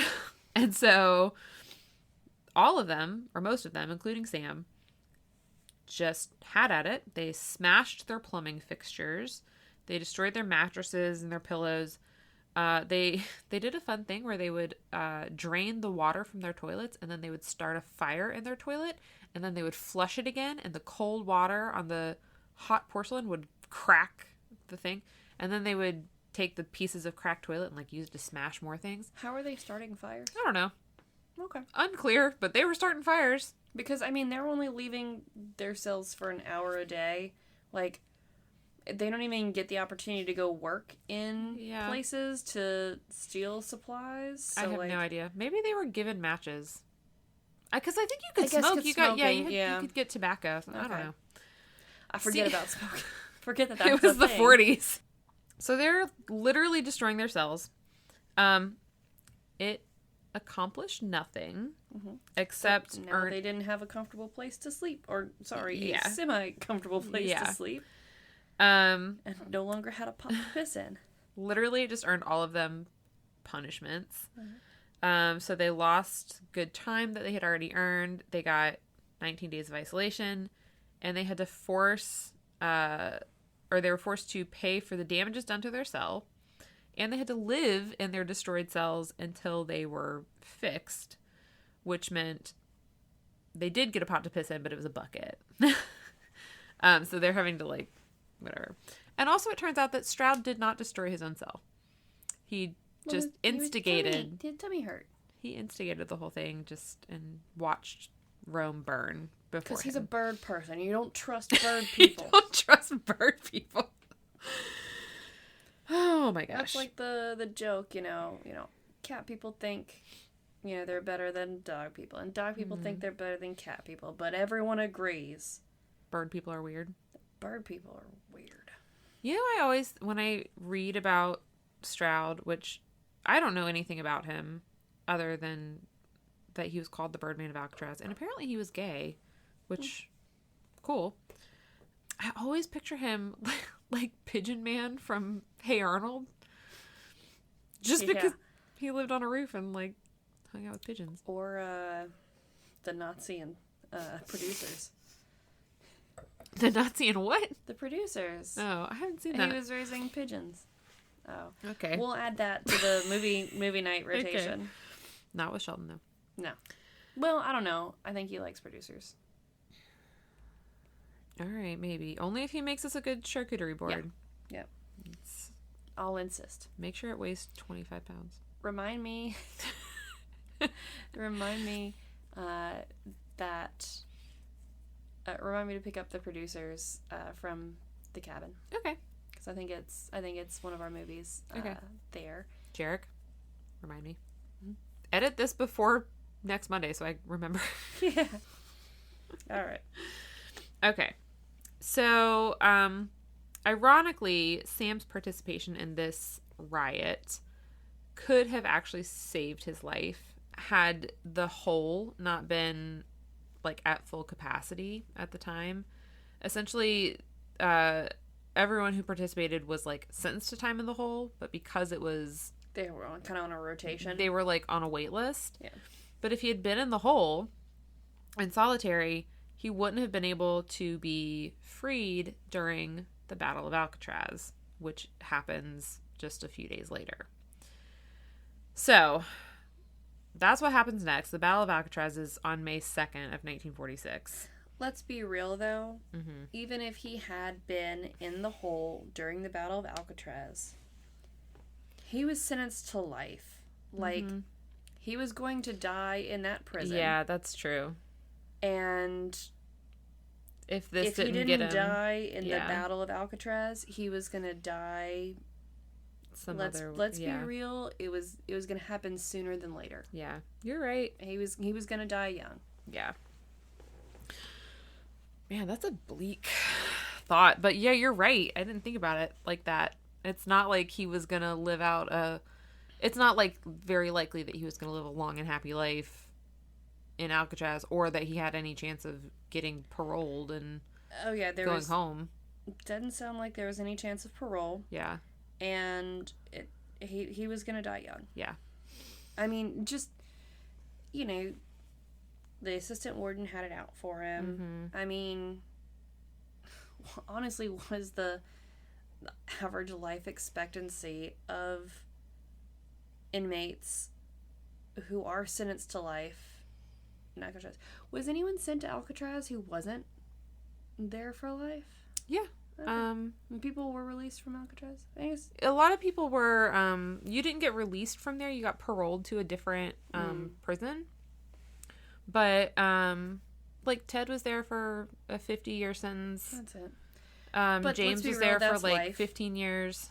Yeah. I mean, a lot of people were there for shorter sentences, but a lot of people also were eligible for parole after a certain amount of time.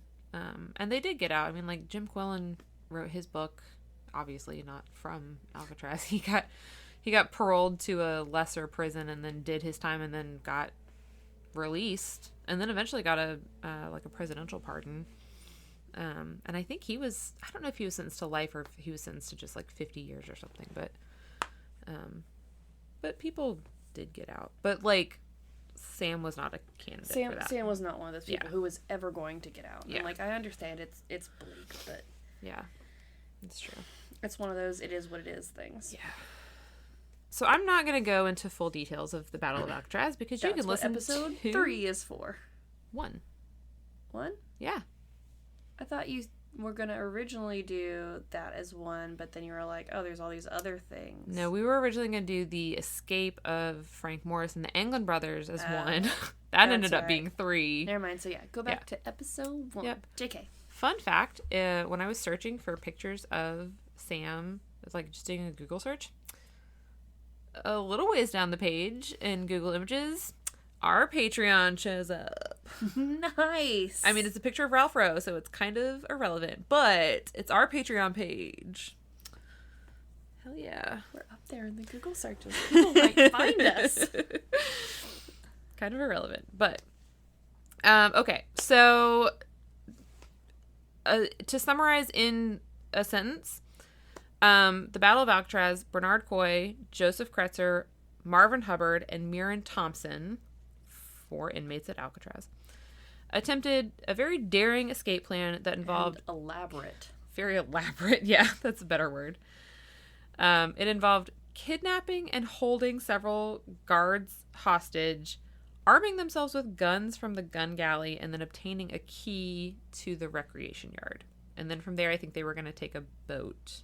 Honestly, from there, the plan was not very clear because they didn't get there.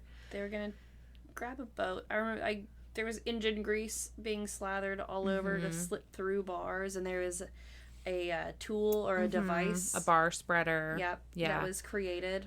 I think the plan was to take another guard hostage in the tower and get a boat that way. I don't know. Mm-hmm. They didn't get that far. Like I said, go back and listen to part 1. But in the early part of this plan, Coy intended and tried to release his friend Rufus Franklin from solitary, the hole. And then he found out you can't do that. It was basically like there was a big risk of triggering alarms if you were to open up a cell in solitary.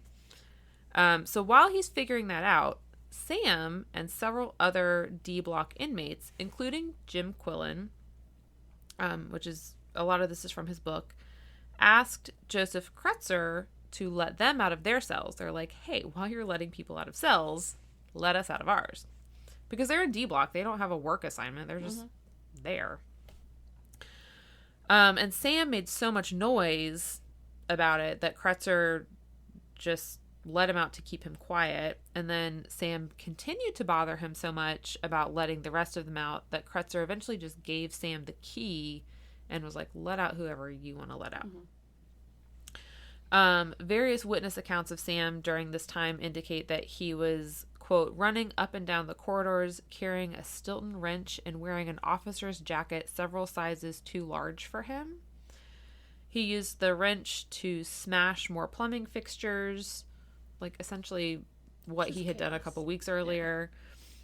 He was yelling and cursing at the guards who were being held hostage. He was also encouraging, was it Kretzer, to shoot the guards eventually? Yes. Debated. But, like, at this point when he's just, like, running around, and I think I said this in one of the episodes, I feel like he's just acting exactly as you would expect him to act in this situation. I can 100% expect like an 8-year-old boy like just misbehaving in class, like, you know, the rambunctious 8-year-old who's in class, who's constantly causing disturbances. You know, the substitute teacher comes in and he's all over the place and just, or, you know, he's constantly being told, like, you have to go sit in the corner, go sit in the corner, go sit in the corner, and he's finally released and he just has all this pent up energy. Yeah. And I mean, he thinks maybe they're getting out. I mean, he's just running around not knowing what to do with his energy. He thinks it's another riot. He's doing what they were doing before. I mean, to me, this makes total sense. This is a quote from Jim Quillen's book, and I use this just because it's like a first-hand account. So this is after the captain of the guard, Henry Weinhold, who I think we've mentioned before. He was captured. This is a quote. Sam Shockley, for some reason, seemed to lose the little control he had over his emotions. He suddenly broke away from where Jack and I were standing and attacked the captain, who was being restrained by Carnes, which is another inmate. Sam threw a vicious punch at the captain's head. The captain saw it coming and ducked, which enraged Sam even more. Weinhold lashed out with a backhand that caught Sam across the mouth, nearly knocking him to the floor. Immediately, Sam changed from an aggressive, belligerent inmate into a rather pathetic, whimpering, immature, and incoherent individual. He raged at Kretzer to kill the captain for hitting him, but by then, Kretzer was beginning to lose patience with Sam and asked us to get him out of the way. This was an impossible task, as Sam was not in control of his senses. He did, at our insistence, eventually move, but continued to pace back and forth in front of the D-block door, talking and muttering to himself. So, like, again, just... He is in a very, like... fragile. This is all, like, a very chaotic thing. Yeah. You know, there's probably lots of yelling. You know, like, every day is the same, right? Every day is the same. There's the routine, and there's structure. And, like, for someone like Sam, that's probably a good thing. Routine and structure, I mean, not this particular routine and structure. And so now this is different. Yeah. And there's lots of different things happening all at once in a lot of different places. There's lots of noise. There's lots of chaos. So he's probably having like a sensory overload thing here. Just with everything going on outside, not to mention everything that's going on internally. All of like, well, now he's free and now all of these options are available to him. It's, do I want to take path A, B, C, D, E, F, G? Yeah. Like, as opposed to every day he's got basically one option. You do this. Yeah. And now he's got all these choices and there's too much going on outside. There's too much going on inside. And they're just the emotions, just everything's aren't being processed properly. And also, like, if he's been like constantly being like beaten by these guards and now this guard hits him again and he's finally in a place where like he's in not a position of not he's necessarily power, but on equal footing. It's not necessarily surprising that he would say something like kill him. That's an extreme, but also remember his mental state or his mental age. It's like, that's an exaggeration, but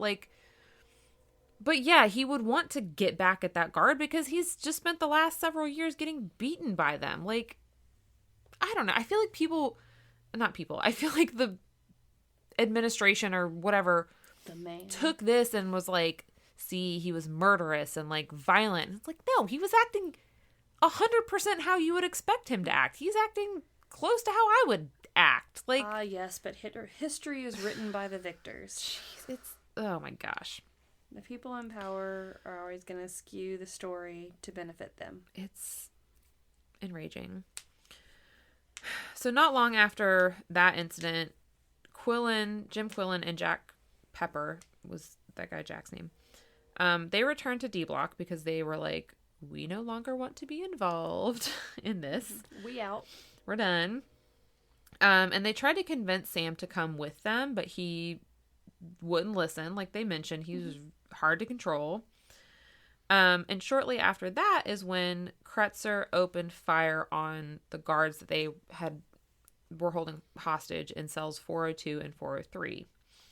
Again, listen to episode 1.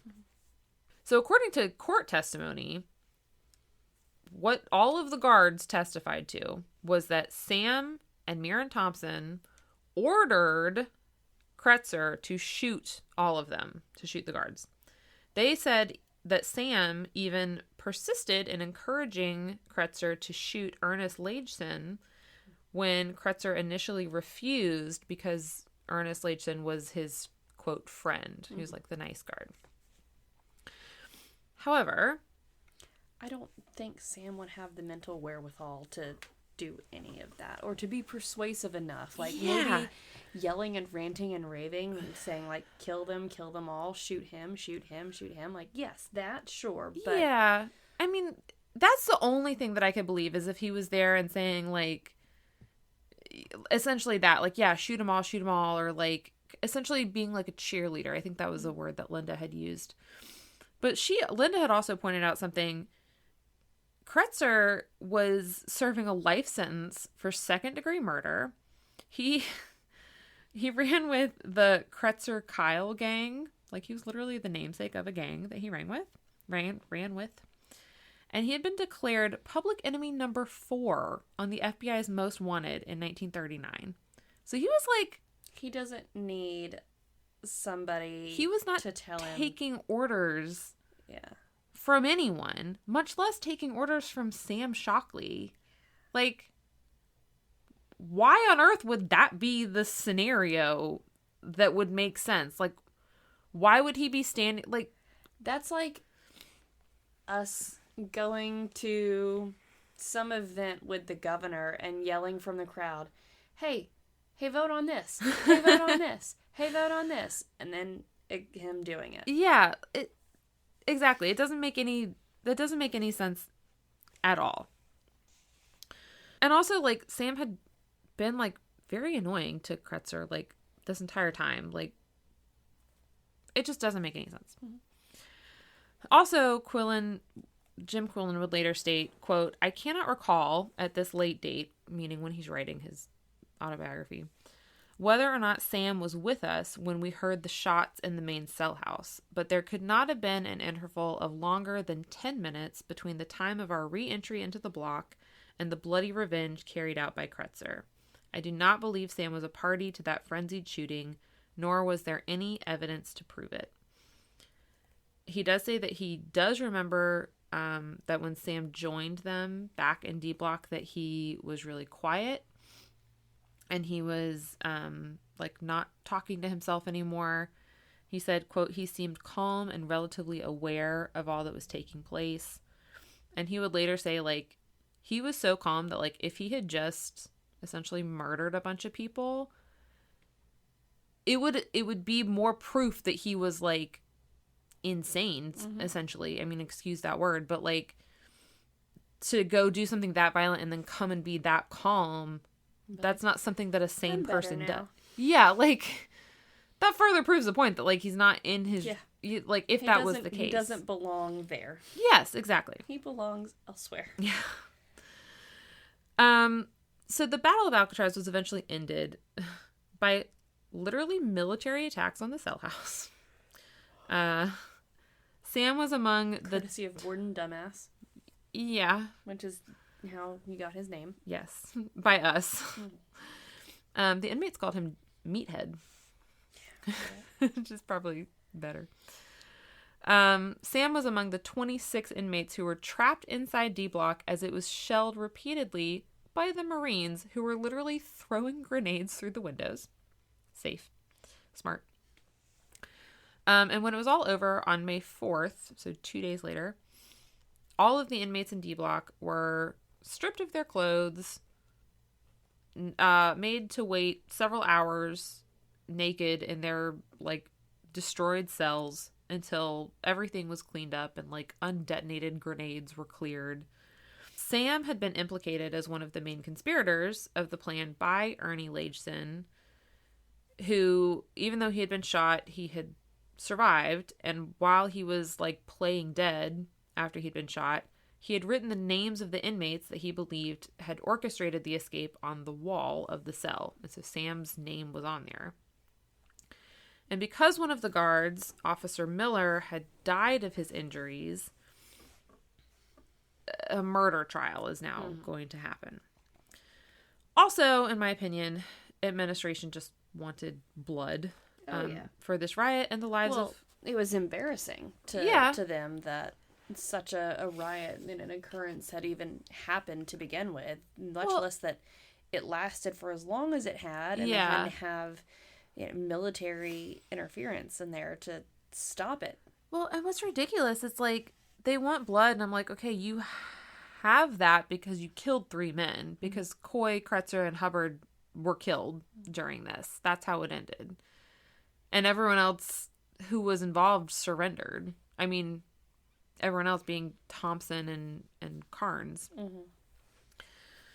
But Sam is dragged out of his cell and placed in a special isolation cell on A block, along with Miran Thompson and Joe Carnes. Joe Carnes, by the way, was that 19-year-old kid. Whole other thing. Good grief. Sam was questioned by Associate Warden Miller, who beat him to elicit a confession, which he didn't give.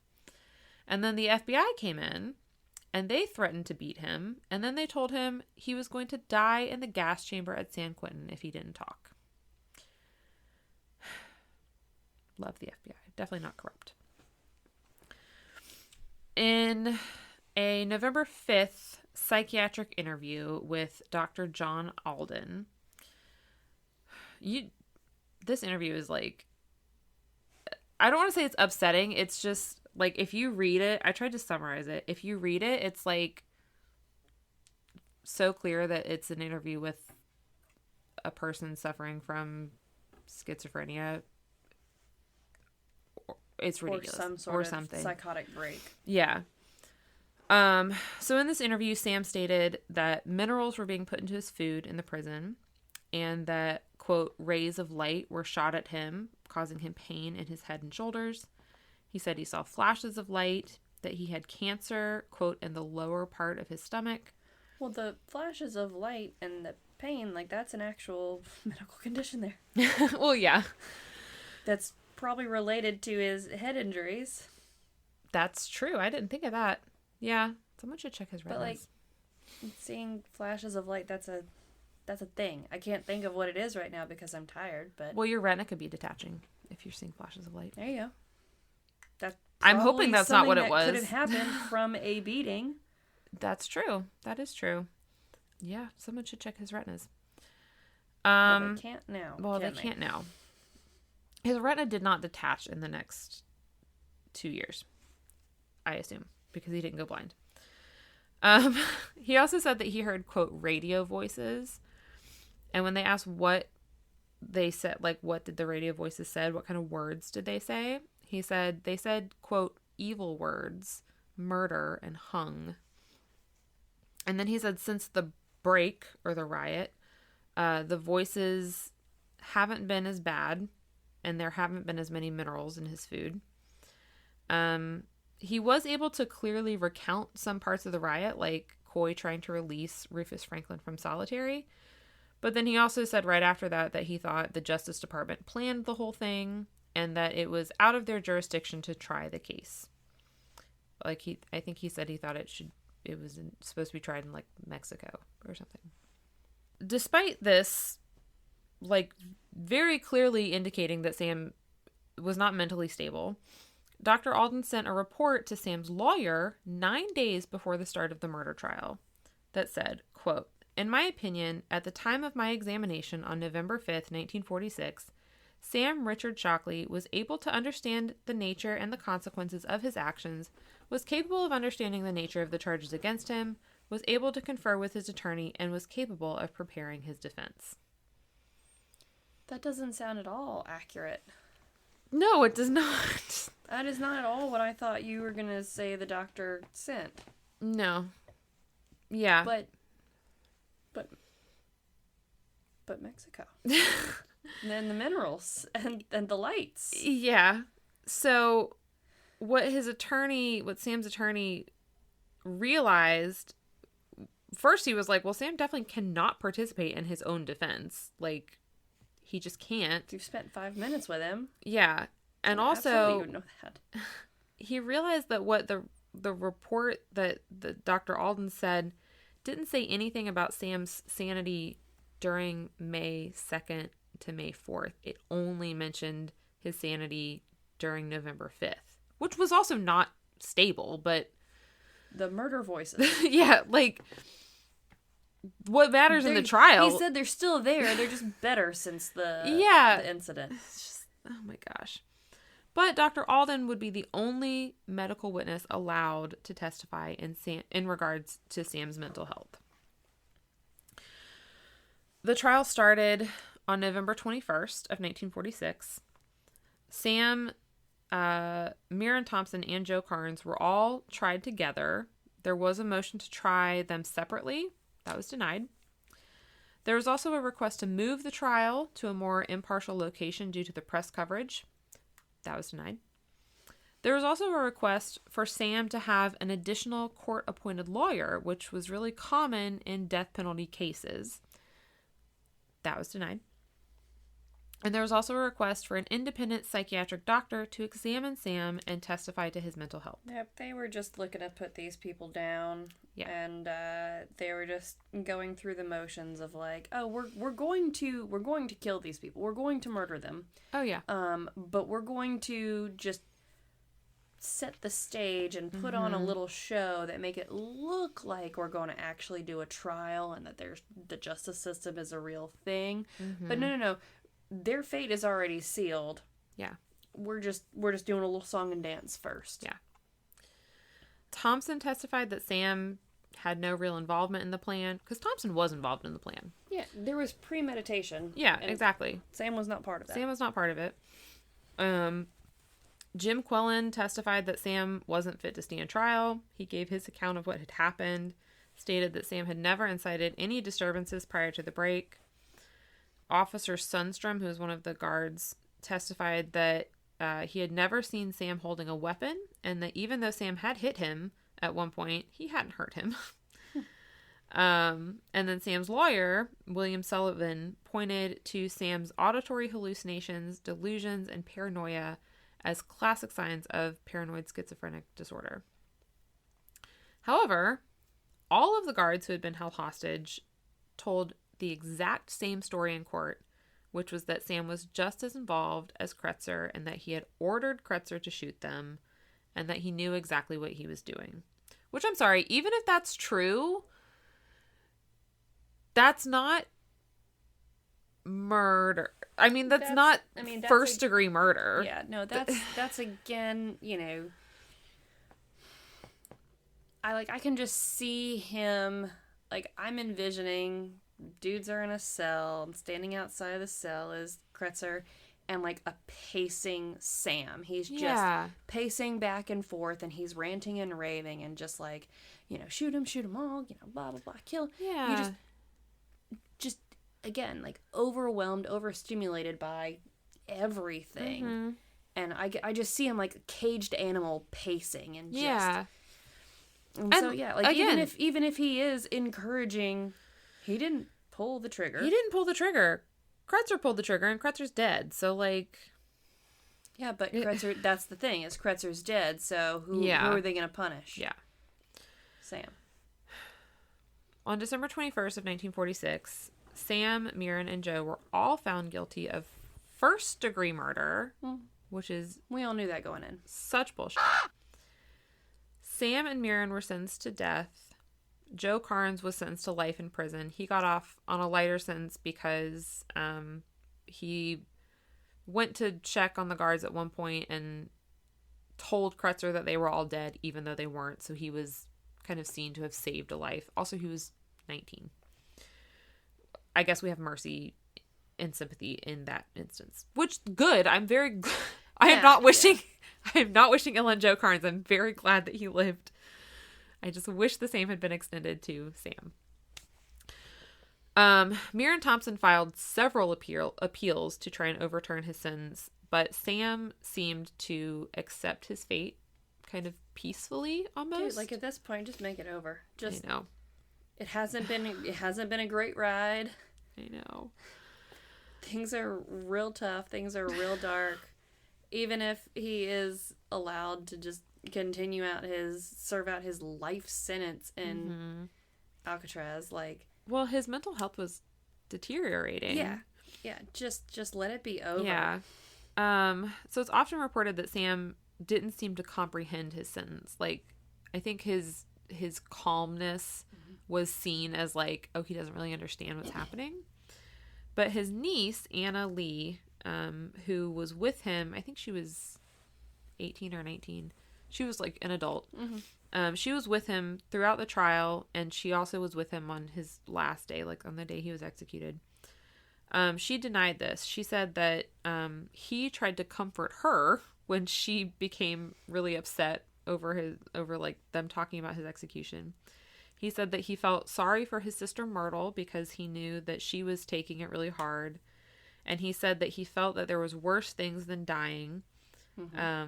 Essentially, like, the life he had been living at Alcatraz. And, like, yeah. I mean, like, the way that it was worded, I was thinking, like what he's experiencing in his head. Like, what's going on in his head. Like, not having this control over... Which is so sad. Like, someone should have helped him. I hate the world so much. Like, on December 3rd of 1948, at 10:04 a.m., Sam Shockley was executed alongside Miran Thompson in the gas chamber at San Quentin.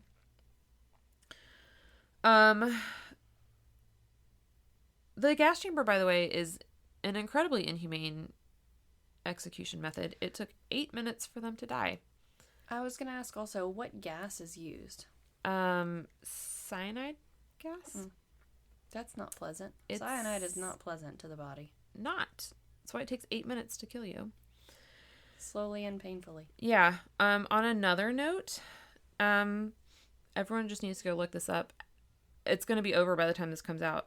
I actually hope it's not. I hope something happens. Alabama is about to execute a man using nitrogen gas on Thursday. For the first time ever. No one's ever done it. Oklahoma and Mississippi have also approved that as an execution method. It's never been done. It's never been tested. It's illegal to do that to animals. And they're about to execute a person that way. So, you know, it's 2024, but... Sure, It's fine.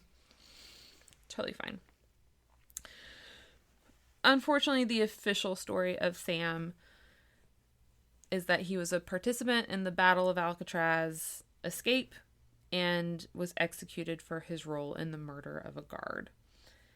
And very little is said, not just about like his mental illnesses or like the fact that those weren't properly treated, but about the fact that he received 2 very severe head injuries. And like... Well, he went into Alcatraz. They did the psych eval and the IQ test, whatever. They did all of that stuff when he entered the prison. Yeah. So he went in there and the powers that be knew, like, oh, he's mentally deficient. Yeah. And also, like, so much of this was due to our quote-unquote system, the system in the fucking, quote, greatest country in the fucking world, fuck everyone, like, failing him every step of the way. Like, I mean... Every system that we have in place failed him. He should not have been put in a position where he was attacked and given that first initial head injury. He shouldn't have been attacked by a police officer. He should have had access to medical care. The fact that he didn't have access to medical care because he didn't have the money for it, I want to throw like, and then he shouldn't have ended up at 11. I mean, like, who's giving out life sentences for this shit? Who's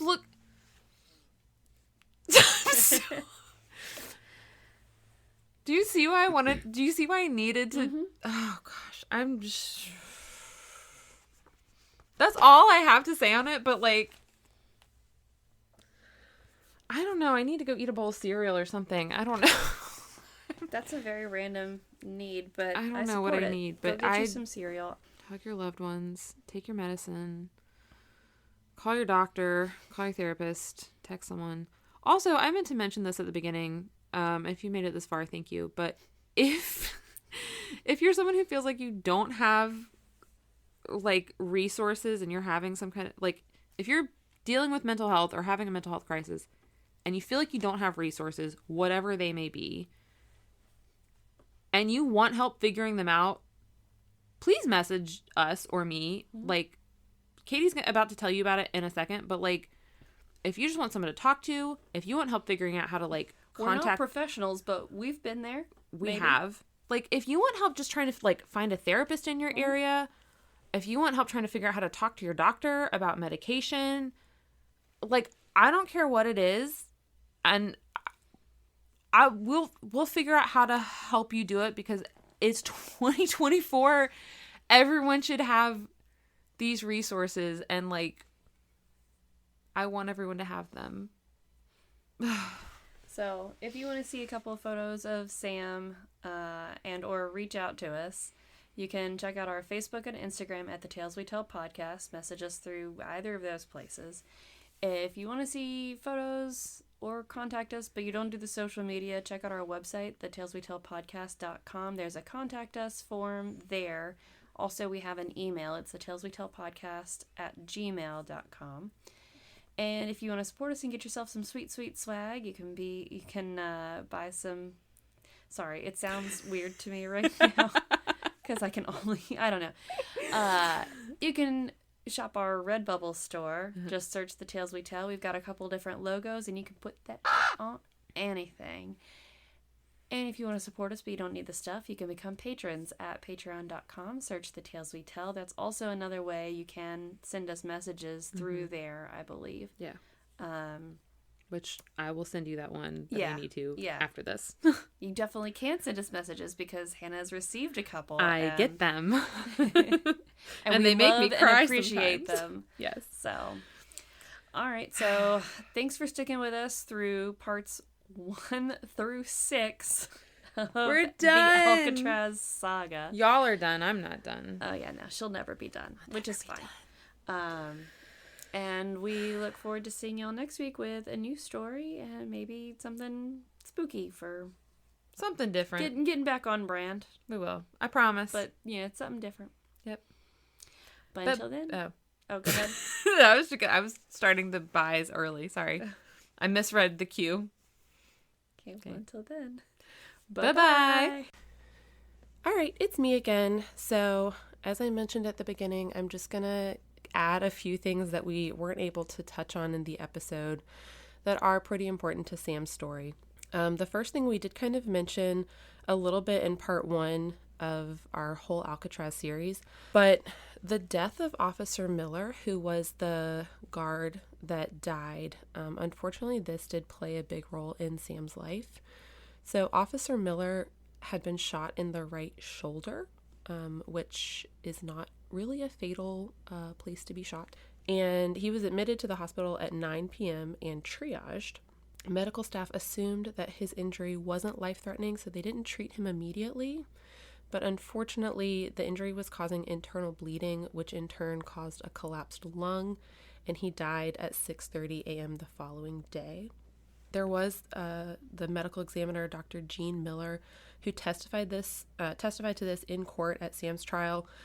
Essentially, that Officer Miller wouldn't have died had he been given proper medical care, but that was kind of disregarded. So essentially, like, if Officer Miller had been treated properly and punctually, there wouldn't have been a murder trial in the first place. I think if someone had owned up to this mistake, possibly Sam wouldn't have gone on trial in the first place either. But obviously no one did that, and because of that, Sam obviously lost his life. The second thing which I don't think I touched on ever, was in 1941, there was an escape attempt by Joseph Kretzer, who was involved in the Battle of Alcatraz, Arnold Kyle, and Lloyd Barkdahl. And what they did is they took several officers and inmates hostage in the mat shop, popular place to break out of, and they attempted to saw through the bars of one of the windows. It does not seem like a well thought out plan, but they weren't able to get through the bars after like an hour of work.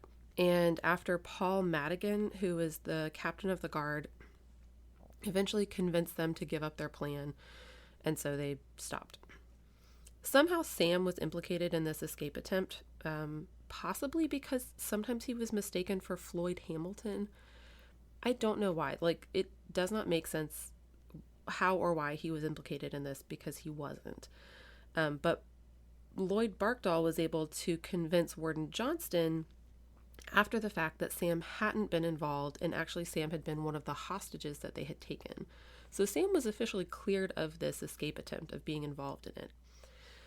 So there's no official documentation like stating that he was part of it. So, for some reason, he's still included in a lot of, like, if you look online and read about this escape attempt, a lot of times he's listed as one of the people involved in it. And then during his trial, the prosecution used his alleged involvement as evidence against him.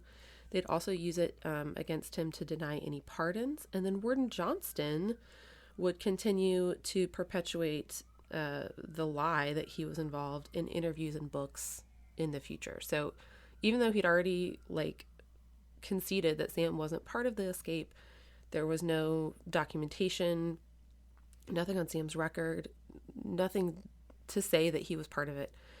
They just were like, well, there was a rumor that he was part of it, and that we're going to use that against him. So while Sam was, after he had been sentenced to death, and while he was awaiting his execution at San Quentin in 1947, the chief medical officer at San Quentin, whose name was D.G. Schmidt, examined him and concluded that he had, quote, borderline defective, inadequate, psychoneurotic, psychopathic, inferior personality disorder, which I don't know what that is, and is probably outdated and seems kind of like a jumble of a couple different things. But he also concluded that Sam knew relatively well the difference between right and wrong and legally should be executed despite his mental illness, which does not make sense. A few months later, two other psychiatrists from the Psychiatry Guidance Center, Dr. L.B. Pillsbury and Dr. H.W. Rogers, examined Sam. They found that he, quote, did not know and understand the nature of the character of his crimes, and that he did not fully understand the punishment imposed on him. Which, again, I'm not sure if that's true, but for the case of legality, we want it to be true. They also found him mentally unstable and questioned whether he should be considered legally sane. That's the part that is important. The Bureau of Prisons and the attorney for the prosecution, Frank Hennessy, obviously did not like that there were two psychiatrists who were finding reasons to question Sam's legal sanity. So he wrote a letter to the Attorney General questioning the, quote, right of San Quentin officials to examine Sam since he was a federal prisoner. Apparently, Hennessy believed that Sam was trying to, quote, simulate insanity, which this comes up a few times in Alcatraz stuff, and it's infuriating. The idea that inmates or anyone is trying to fake a mental illness to avoid things, specifically death, which whatever. A few months later, San Quentin psychiatrists again examined Sam and declared that he understood the nature of the proceedings against him, knew when his execution date was, and therefore was sane. This report, as well as Sam's alleged involvement in the 1941 escape attempt, which again we know is not true, and the fact that he had been one of the first people that Kretzer had let out of his cell, which was just kind of a coincidence because Sam was asking to be let out of his cell, was enough to make Sam ineligible for clemency. There was also a fear that this trial would be a repeat of the 1941 trial of Alcatraz, when Henry Young essentially put administration on trial. That's episode 3 of our Alcatraz series, I think. And administration just wasn't willing to risk that kind of embarrassment again. And so they really wanted to shut down anything about this. And then the final thing is that there were other witnesses for Sam's defense that were suppressed. So a man named James Groves had seen Sam return to D Block with Jim Quillen and Jack Pepper before Crutzer began firing. So Jim Quillen said that his recollection wasn't quite clear because he was trying to remember, several years later. James Grove at the time said he remembered seeing Sam return with them before Crutzer began firing. But James Grove was a black man, and he also suffered from mental illnesses, so he was not taken seriously. And eventually he took his own life, which is very sad. Also, the inmates who were held hostage in the cells with the guards were not allowed to testify. They were all allegedly transferred to other prisons before the defense had a chance to contact them. And apparently after that, they couldn't be located or contacted. So really just kind of like a suppression of witnesses. So really a rigged trial, and all just super unfortunate. So thank you if you listened to this far. I really appreciate it. And if you guys want to talk more about it, obviously you can message me or message us on Facebook or Instagram. You can email us. I'm always willing and ready to talk about this because it still breaks my heart that this happened. And yeah, I hope you guys have a great day. Bye.